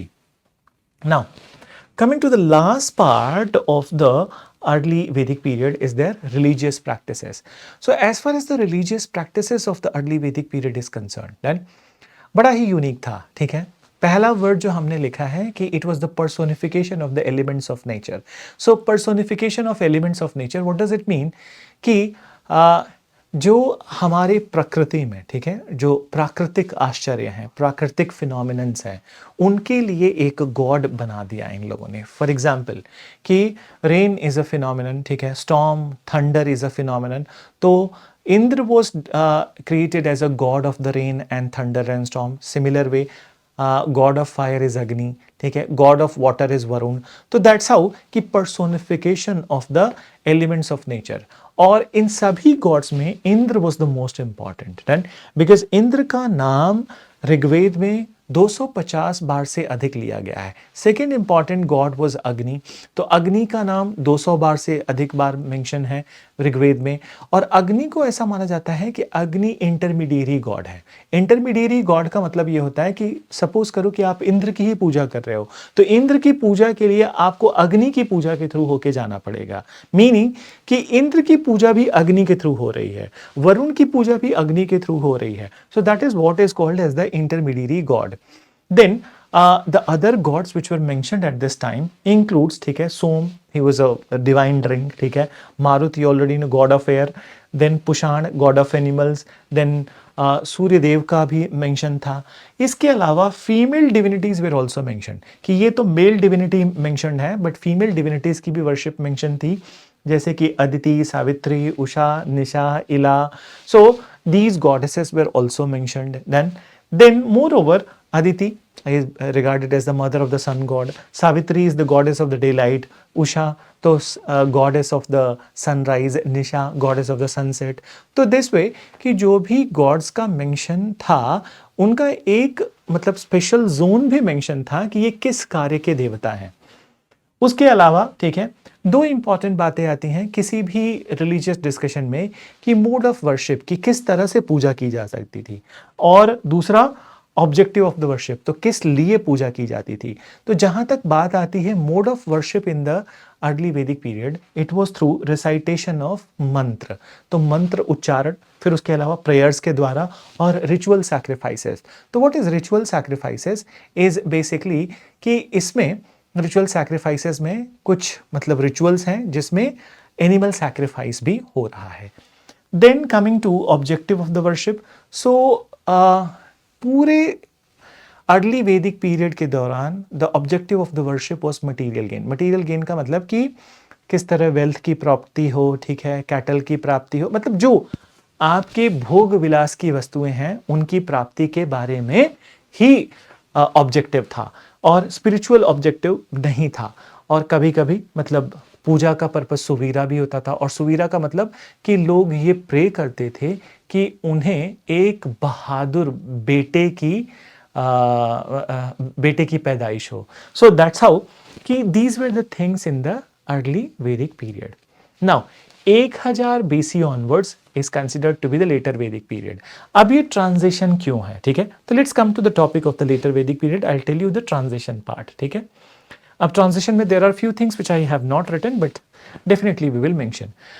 अब लेटर वैदिक पीरियड स्टार्ट होता है 1000 BC के अराउंड। आयरन की डिस्कवरी हुई, और आयरन की डिस्कवरी होती है वेस्टर्न यूपी में 2 जगह हैं, अतरंजी खेड़ा और जखीरा। आयरन एक ऐसा मेटल है जिससे बहुत शार्प वेपन्स बनाए जा सकते हैं। सो इस डिस्कवरी के बाद अर्ली वैदिक पीरियड के लोगों ने बहुत ही तेज और धारदार वेपन्स बनाए। इन वेपन से या इन टूल से इन्होंने गैंगेटिक डेल्टा का जो डेंस फॉरेस्ट था उसको क्लियर किया। क्लियर करने के बाद अब बहुत ही फर्टाइल लैंड है इनके सामने। अब इस समय पे fertile land, agricultural land became very important then. So this discovery of the iron change the history. और लोग जो वैदिक लोग थे वो पहले नॉर्थ इंडिया में कॉन्सेंट्रेटेड थे, अब उनका मूवमेंट ईस्टर्न इंडिया में हो रहा है, सेंट्रल इंडिया में हो रहा है, और सेंट्रल इंडिया से फिर देन साउथ इंडिया में हो रहा है। तो that's why there is a clear transition between the early Vedic period and the later Vedic period, because with the discovery of the iron many things are going to change, but there is a deterioration in the society. तो society में कुछ deterioration भी है। तो एक बार देखते हैं कि इनके राजनीतिक व्यवस्था में क्या चेंजेस थे। So as far as the polity of the later Vedic period is concerned, राजन की जो पोजीशन थी, ठीक है, या राजा की जो पोजीशन थी, अब वो ज़्यादा महत्वपूर्ण हो गई। और अब इसलिए भी महत्वपूर्ण हो गई कि राजा का जो सबसे इंपॉर्टेंट काम था वो था बैटल को ऑर्गेनाइज करना राष्ट्र निर्माण के लिए। व्हाट इज राष्ट्र ओवर हियर, कि जितनी टेरिटरी आप दूसरों से एक्वायर कर लो, फर्टाइल टेरिटरी बेसिकली एक्वायर कर लो और अपने साम्राज्य को आगे बढ़ाओ। तो पहली बार राष्ट्र शब्द का मेंशनिंग, ठीक है, is there in the later Vedic text. And later Vedic text क्या है, दैट की early Vedic text is Rigveda, but later Vedic text is that Yajurveda, Samaveda, Atharvaveda and so as that Aranyaka and Upanishad. तो इन सभी में भी मेंशन्ड है। आगे बढ़ते हैं कि पॉलिटिकल असेंबलीज के साथ क्या हुआ और राजा को कौन मदद करता था इस समय पे। तो अर्ली वैदिक assemblies lost their farmer relevance. तो सभा और समिति अभी भी हैं, लेकिन उस तरह से महत्वपूर्ण नहीं है जैसे ये पहले थे। विधत कंप्लीटली डिसअपियर हो गया। तो सभा समिति हैं पर इंपॉर्टेंट नहीं है, विधत कंप्लीटली डिसअपियर हो गया। तो राजा को एड एंड एडवाइस कौन दे रहा है, सजेशन कौन दे रहा है, तो priestly class and the nobles. तो जो पुरोहित वर्ग है और जो नोबल्स थे, they are the one who are closer to the king and they are giving aid and advice to the king. फिर most important work of the rajan already I have mentioned you, ठीक है। इसके अलावा चूंकि यहाँ पे हमने मेंशन किया है प्रीस्टली क्लास का, तो इस समय पर जो पुरोहित वर्ग था वो कुछ रिचुअल सैक्रिफाइस, ठीक है, लेकर आया। और इस रिचुअल सैक्रिफाइस से वो बिलीव करते थे कि राजा को वो डिवाइन पावर दे रहे हैं। तो what was this ritual sacrifice? इसमें 3 है, ठीक है। आई होप कि आप सबने सुना होगा, राजसूया, वाजपेया एंड अश्वमेध। तो राजसूया क्या था कि ये एक तरह का राज्याभिषेक था, बट इन सारी सेरेमनीज में, सारे रिचुअल सैक्रिफाइसेस में एनिमल सैक्रिफाइस होता था। एक पार्ट था कि एनिमल सैक्रिफाइस होगा। तो राजसूया में राजा का अपॉइंटमेंट, ठीक है, और राज्याभिषेक बोल सकते हो। वाजपेया क्या है कि वाजपेया में जनरली क्या होता कि रथ दौड़ ऑर्गेनाइज होता था, लोगों से ट्रस्ट बनाया जाता था और लोगों को मुफ्त में फीस्ट भी दिया जाता था, मतलब दावत ऑर्गेनाइज की जाती थी, दावत में लोगों को खाना खिलाया जाता था। तो एक तरह से जो सेकंड स्टेज था वाजपेया, वो ट्रस्ट बिल्डिंग का स्टेज था। और थर्ड जो था अश्वमेध, तो Ashvamedha is related to the expansion of the territory, अपने साम्राज्य को आगे बढ़ाना। इसमें होता क्या था कि एक घोड़े को एक छोटा सा उसके एक किसी नस पे कट कर दिया, उसको साम्राज्य के झंडे के साथ छोड़ दिया जाता था और वो दूसरे राजाओं के किंगडम में वेंचर करता था। अगर दूसरे राजा ने घोड़े को पकड़ लिया तो दोनों किंगडम्स के बीच फाइट होता था, और दूसरे राजा ने अगर घोड़े को नहीं पकड़ा तो इसका मतलब कि उन्होंने अश्वमेध राजा की स्वामित्व को स्वीकार कर लिया है। तो he has accepted the supremacy of the अश्वमेध kingdom. So that is expansion of the territory. So these three rituals were the part of the polity of this time, and though religious in nature, but it was the part of the political process of this time. ठीक है, अब let's move on to the economy of the later Vedic period. So economy में क्या है कि economy of letter वैदिक period में iron की ट्रांजिशन की वजह से, ठीक है, दैट एग्रीकल्चर का इंपॉर्टेंस बढ़ गया है। तो agriculture land has become more important, और एग्रीकल्चर लैंड अगर जो इंपॉर्टेंट हो गया है तो obviously agriculture commodities have become very important. तो जो मेन क्रॉप्स थे इस टाइम के, सबसे मेन क्रॉप था rice. Rice is called as vrihi. फिर उसके बाद दिन wheat is godhuma and barley is yava. ठीक है, सो ये मेन क्रॉप्स थे इस पीरियड के। आगे बढ़ते हैं, जब बात आती है टैक्सेस की, तो टैक्सेस यहाँ पे भी बिल्कुल सिमिलर थे जैसा कि अर्ली वैदिक पीरियड में था कि वॉलंटरी थी, मतलब लोग अपनी स्वेच्छा से देते थे, और ये टैक्सेस थे भाग और बलि। राइट, अब इकोनॉमी के बाद अगर आप देखो तो सोसाइटी में थोड़ा ज़्यादा डिस्कशन है। ठीक है, और सोसाइटी में लेटर वैदिक के पीरियड के सोसाइटी में ज़्यादा डेवलपमेंट्स हुए भी हैं। तो let's start one by one. सबसे पहली बात, ठीक है, कि लेटर वैदिक पीरियड की जो सोसाइटी थी, यहाँ पे वर्ण व्यवस्था इमर्ज होती है। अर्ली वैदिक पीरियड में ऐसा कोई डिवीजन नहीं था, वर्ण व्यवस्था नहीं मेंशन था। ठीक है, वहाँ पे लोग डिफरेंट व्यवसाय के लोग एक ही परिवार में थे। जैसे कि एक ऋग्वेद में एक सूक्त है, एक लाइन है, उसमें लिखा हुआ है कि I am a poet, my father is a physician, my mother is a corn grinder. तो व्यवसाय वाइज देखें तो पोएट एक ब्राह्मण हुआ, और फिजिशियन एक वैश्य हुआ, और कॉर्न ग्राइंडर का मतलब कि menial work, hard physical labour. तो कॉर्न ग्राइंडिंग का मतलब हो गया कि शूद्र हुआ। बट देन ऐसा कुछ डिवीजन नहीं था अर्ली वैदिक पीरियड में, बट लेटर वैदिक पीरियड में सोसाइटी में ऐसा डिवीजन हो रहा है। अब इसमें मैंने कुछ चीजें लिखी हैं। ठीक है, पुरुष सूक्त 10th मंडल ऑफ ऋग्वेद, वर्ण व्यवस्था, समझो इसको। ऋग्वेद की जहां तक बात आती है, तो ऋग्वेद के 10 मंडल हैं। ठीक है, 10 मंडल, और 10 मंडल मतलब 10 chapters you can say. And 10वां नंबर जो चैप्टर है, 8, 9, 10, ये अर्ली वैदिक पीरियड में नहीं संरचना हुई थी, इनकी संरचना लेटर वैदिक पीरियड में हुई थी। तो इसका मतलब कि 10th मंडल में अगर जो कुछ मेंशन है तो वो लेटर वैदिक पीरियड का है। तो 10th मंडल में एक अध्याय, 10th मंडल का जो अध्याय में एक सूक्त है जिसे बोलते हैं पुरुष सूक्त। पुरुष सूक्त में वर्ण व्यवस्था का वर्णन है। वो ये क्या कहता है कि सोसाइटी को बाय बर्थ के आधार पर, ठीक है, बर्थ के आधार पर 4 वर्णों में डिवाइड कर देना चाहिए, ब्राह्मण, क्षत्रिय, वैश्य, शूद्र। तो इन्होंने एक एक्सप्लेनेशन भी दिया है कि ब्राह्मण की जो उत्पत्ति है वो आदि ब्रह्म के मुख से हुई है। फिर क्षत्रिय की जो उत्पत्ति है वो आदि ब्रह्म के, ठीक है, चेस्ट और शोल्डर्स से हुई है। फिर वैश्य की जो उत्पत्ति है वो आदि ब्रह्म के थाई से हुई है, उनके जंघा से हुई है। और जो शूद्र की उत्पत्ति है वो आदि ब्रह्म के फीट, ठीक है, मतलब उनके तलवे से हुई है। तो एक तरह से ये डिवीजन है एक शरीर का, एक बॉडी का। तो शूद्र का मतलब इस समय पर अनटचेबिलिटी नहीं होता था, ऐसा माना जाता था कि ये चारों वर्ण शरीर के पार्ट हैं, काम अलग अलग हैं, ठीक है, पर सबके बिना, किसी एक के बिना किसी एक को हटा दिया जाए तो काम नहीं चलेगा। तो वर्ण व्यवस्था इमर्ज हुआ और वर्ण व्यवस्था से ही आगे चलकर कास्ट सिस्टम इमर्ज होता है। आगे जब बढ़े, ठीक है, तो सोसाइटी में हम जब भी डिस्कशन करते हैं बिना विमेन के पोजीशन के डिस्कशन के ये आगे बढ़ नहीं सकता। तो what was the status of the rights of the women, position of the women in the society. तो इस समय पे नोट डाउन किया जा सकता है कि थोड़ी बहुत, ठीक है, दैट थोड़ी बहुत नहीं, डिक्लाइन हो रहा है विमेन की पोजीशन में, देयर इज अ डिटेरियोरेशन। तो डिटेरियोरेशन है क्या? अब देखो, पहली बात लिखी है कि नो पॉलिटिकल राइट। तो एज वी सॉ कि सभा अपनी पहले की महत्ता खो चुका था। और एक और बात है, दो सभा लेटर वैदिक पीरियड में है, लेकिन अब उसमें औरतों को कोई मेंबरशिप नहीं है, ठीक है। तो सभा में विमेन नहीं है, विधत में जिसमें उनकी मेंबरशिप थी वो पूरी तरह से कंप्लीटली डिसअपीयर हो गया। तो अब इस एज में औरतों को कोई पॉलिटिकल राइट नहीं है। एजुकेशन राइट इंटैक्ट था, ठीक है। तो ये एक राइट ऐसा था जो इंटैक्ट था। और इस युग में, इस पीरियड में सबसे अच्छा एग्जाम्पल विदुषी गार्गी, ठीक है। So she was an intellectual who debated with the rishi Yajnavalkya.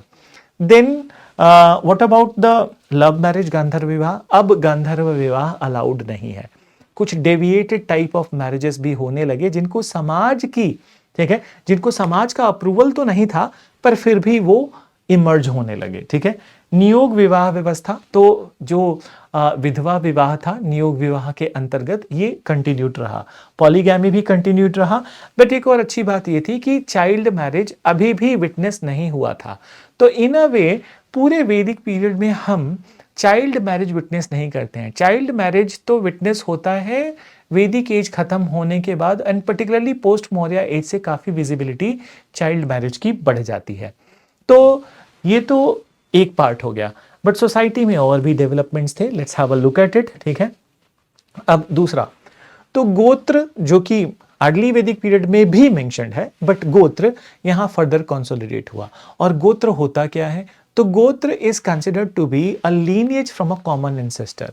तो for example many of you, कि आप सब लोग को, मतलब काफी लोगों को अपना गोत्र पता होगा। तो जैसे कि जो पॉपुलर गोत्र नॉर्थ, सेंट्रल, ईस्टर्न इंडिया में है, Sandilya, Gautam, Kashyap, Bharadwaj, Atri, so like this, इसमें से कोई भी आपका हो सकता है। तो ये जैसे मान लो कि आप भारद्वाज गोत्र के हो, तो इसका मतलब ये होता है कि आपकी जो लीनिएज है वो भारद्वाज ऋषि से ट्रेस की जा सकती है। और किस टाइप की lineage? Spiritual knowledge lineage can be trace from it. फिर ब्राह्मण सेक्शन ऑफ सोसाइटी ने इस टाइम पे एक रूल लेके आए गोत्र से संबंधित, कि एक्सोगैमी ऑफ गोत्रा in the matrimonial alliance. What does it mean? कि शादी विवाह के मामलों में सगोत्रीय विवाह नहीं होना चाहिए। मीनिंग कि दो लोग अगर जो भारद्वाज गोत्र को बिलोंग करते हैं, कि लड़का लड़की, तो उनको विवाह नहीं करना चाहिए, ठीक है। भारद्वाज गोत्र के लोगों को कश्यप से कर लें, सांडिल्य से कर लें, गौतम से कर लें, अत्रि से कर लें, बट नॉट इन भारद्वाज गोत्र। तो this rule was laid down at this point of time. फिर उसके अलावा 16 संस्कार, ठीक है, 16 संस्कार सिस्टम भी इस टाइम पे पूरी तरह कंसोलिडेट हुआ। तो 16 संस्कार क्या है? कि हिंदू धर्म में एक मान्यता है कि जो अल्टीमेट गोल है हिंदू धर्म में वो मोक्ष की प्राप्ति है। बट मोक्ष की प्राप्ति के बहुत रास्ते हैं। तो बहुत रास्तों में से एक रास्ता है कि जो सबके लिए प्रिस्क्राइब्ड है, कि ऐसा, मतलब इस रास्ते पर चलते हुए आप मोक्ष की प्राप्ति कर सकते हैं, कि आप 16 संस्कार का ऑब्जर्वेशन करिए। तो व्हाट इज 16 संस्कार? की पैदा होने से लेकर, ठीक है, और पैदा होने के पहले गर्भधान से लेकर मृत्यु तक बहुत सारे ऐसे रिचुअल्स होते हैं। अगर जो ये सारे 16 रिचुअल्स परफॉर्म होते हैं तो that particular person is entitled to moksha. तो उसमें कुछ रिचुअल्स मैंने लिख रखे हैं, ठीक है। तो एक पहला मैं बोलूंगा कि गर्भधान संस्कार, कि मतलब जब बच्चा, पता चलता है कि बच्चा पैदा होने वाला है, कि माँ ने गर्भ को धारण कर लिया है, तो दैट इज गर्भधान संस्कार। फिर उसके बाद दिन बच्चा पैदा होता है, तो बच्चा पैदा होने के बाद दिन मतलब कुछ और भी संस्कार है। उसमें से एक इंपॉर्टेंट है कि नामकरण संस्कार, तो बच्चे को नाम दिया जाता है। अन्नप्राशन संस्कार, जहाँ पे बच्चे को पहली बार सॉलिड फूड खिलाया जाता है, ठीक है। उसी तरह से चूड़ाकरण, मतलब कि बाल जो बॉर्न हेयर्स हैं उनको जब पूरी तरह से हटाया जाता है तो दैट इज चूड़ाकरण संस्कार। फिर उसी तरह से उपनयन संस्कार बहुत ही इंपॉर्टेंट है। तो उपनयन संस्कार इज कॉल्ड एज द जनेऊ संस्कार और सैक्रेड थ्रेड सेरेमनी।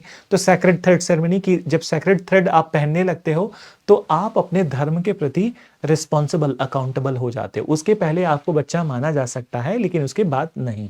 फिर एक बहुत ही इंपॉर्टेंट है विवाह संस्कार और अंतिम है अंत्येष्टि। तो ये 16 संस्कार के ऑब्जर्वेशन के थ्रू भी मोक्ष के पथ पर जाया जा सकता है। एक बार फिर से रिपीट कर रहा हूं, एकमात्र द्वार नहीं है ये, ठीक है। बहुत सारे द्वारों में से एक द्वार ये है कि आप 16 संस्कारों का ऑब्जर्वेशन करिए और you can be on the path of the मोक्ष। देन आश्रम व्यवस्था। तो आश्रम व्यवस्था की शुरुआत यहां से होती है, ठीक है। तो मैं पूरी तरह से कंसोलिडेशन तो नहीं हुआ पर शुरुआत यहां से स्टार्ट होती है, बिगिनिंग होती है। तो आश्रम व्यवस्था में जैसा कि आप लोग जानते होंगे दैट की 4 स्टेज होते हैं, ब्रह्मचर्य, गृहस्थ, वानप्रस्थ एंड संन्यास। तो 3 अर्ली वैदिक लेटर वैदिक पीरियड में स्टैब्लिश हो गए और जो चौथा था गृहस्थ, गृहस्थ स्टैब्लिश होता है बुद्धा के एज में, ठीक है। तो जब बुद्धा और महावीर थे तो उस टाइम पे संन्यास भी पॉपुलर हो गया।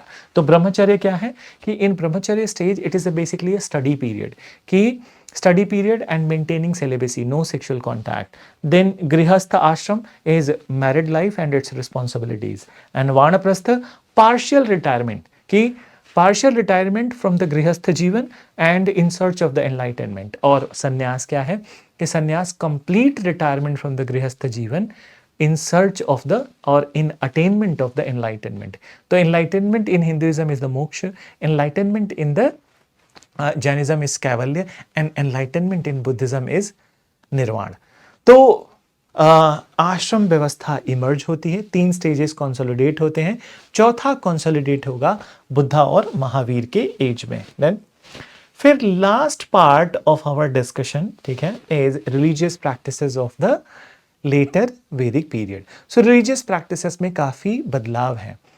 इस समय पर early Vedic gods have lost their former relevance, मतलब कि वो गॉड्स अभी भी पूजे जाते हैं, उनको गॉड माना जाता है बट उस तरह से नहीं जिस तरह से अर्ली वैदिक पीरियड में था। तो Indra lost his relevance, Varuna, Mitra, all the gods have lost their relevance. Then but who is emerging? So they have lost their relevance. So who is the most important god? So Prajapati Brahma was the most important god. Prajapati Brahma was the most important god and he was considered to be the creator of the universe. Then worship of Lord Vishnu and Lord Shiva is also witnessed at this point of time in an increased manner. तो एक तरह से हम कह सकते हैं कि त्रिदेव की पूजा की विजिबिलिटी बढ़ गई है यहाँ पे। फिर मोड ऑफ वर्शिप और objective of worship in the later वैदिक पीरियड, तो इसमें कोई चेंज नहीं है, ठीक है। मोड ऑफ वर्शिप में वैसे ही कि मंत्रों का उच्चारण, प्रेयर्स और उसके अलावा रिचुअल सैक्रिफाइसेस। और जहां तक बात आती है ऑब्जेक्टिव ऑफ वर्शिप, तो बहुत लंबे समय तक लेटर वैदिक पीरियड में भी material gain was the purpose of the worship, but एक टेंडेंसी इमर्ज होती है, ठीक है, एंड में। और वो टेंडेंसी क्या है कि लेटर वैदिक पीरियड खत्म होते होते स्पिरिचुअल टेंडेंसीज इमर्ज होने लगे। तो progressive section of society started to talk about कि जो ऑब्जेक्टिव ऑफ वर्शिप होना चाहिए वो स्पिरिचुअलिज्म होना चाहिए, ना कि मटेरियलिज्म। तो ये सारी चीजें हैं वैदिक पीरियड से और they are very important basics from the Vedic period. In fact ये जो आपने आज की क्लास में पढ़ा है, अगर इसको आप अप्लाई करते हो, ठीक है, अपने नॉलेज में और प्रीवियस ईयर के पेपर्स देखते हो, तो you will feel very confident and utilise it, memorise it. Then so with this note कि आज ये पहला क्लास संभव का आर्ट एंड कल्चर का हम क्लोज कर रहे हैं, but I will tell you, ठीक है, that about me I told you in the beginning, ठीक है, एक बार लास्ट में भी बता रहा हूँ कि I have hell lot of expertise in this particular subject in this field right from, ठीक है, 2011 then, and more than, it's मतलब almost 15 years that I've been teaching this subject. और उसके अलावा जब UPSC मेंस में 2013 में नया सिलेबस आर्ट एंड कल्चर का जब इंट्रोड्यूस हुआ था, तो मैं UPSC के मार्केट का एक पहला टीचर था जिन्होंने एक संरचना बनाई, एक स्ट्रक्चर बनाया आर्ट एंड कल्चर का, जिसके बेसिस पे क्लासेस स्टार्ट हुई और लोग फॉलो करते हैं. तो I would not like to tell more about me, you जो just go and search. The only thing is that कि you can refer to my book, ठीक है, A Journey Through Indian Art and Culture. It is available on all the online, Amazon, Flipkart, फिर उसके अलावा आपके normal markets में भी मिल जाएगा. तो you can go with it, ठीक है, you can take the benefit of it, because more elaboration if you required, तो you can go through that book, ठीक है. उसके अलावा I have been rewarded by the government of India, awarded I would say none other than the Aamir Khan, ठीक है, last in this year May. So Wave Summit organized by Indian government, and I had opportunity to meet our Prime Minister also for my contribution through one my YouTube channel Culture Quantum. So I do create awareness about the Indian culture. I do create videos about the Indian culture, and that's how I participated in that challenge in this year, May 2025. And out of the 8 lakh participants, my channel and we received All India second prize. So, and the prize was given by Amir Khan. So you can take the benefit of that channel Culture Quantum also.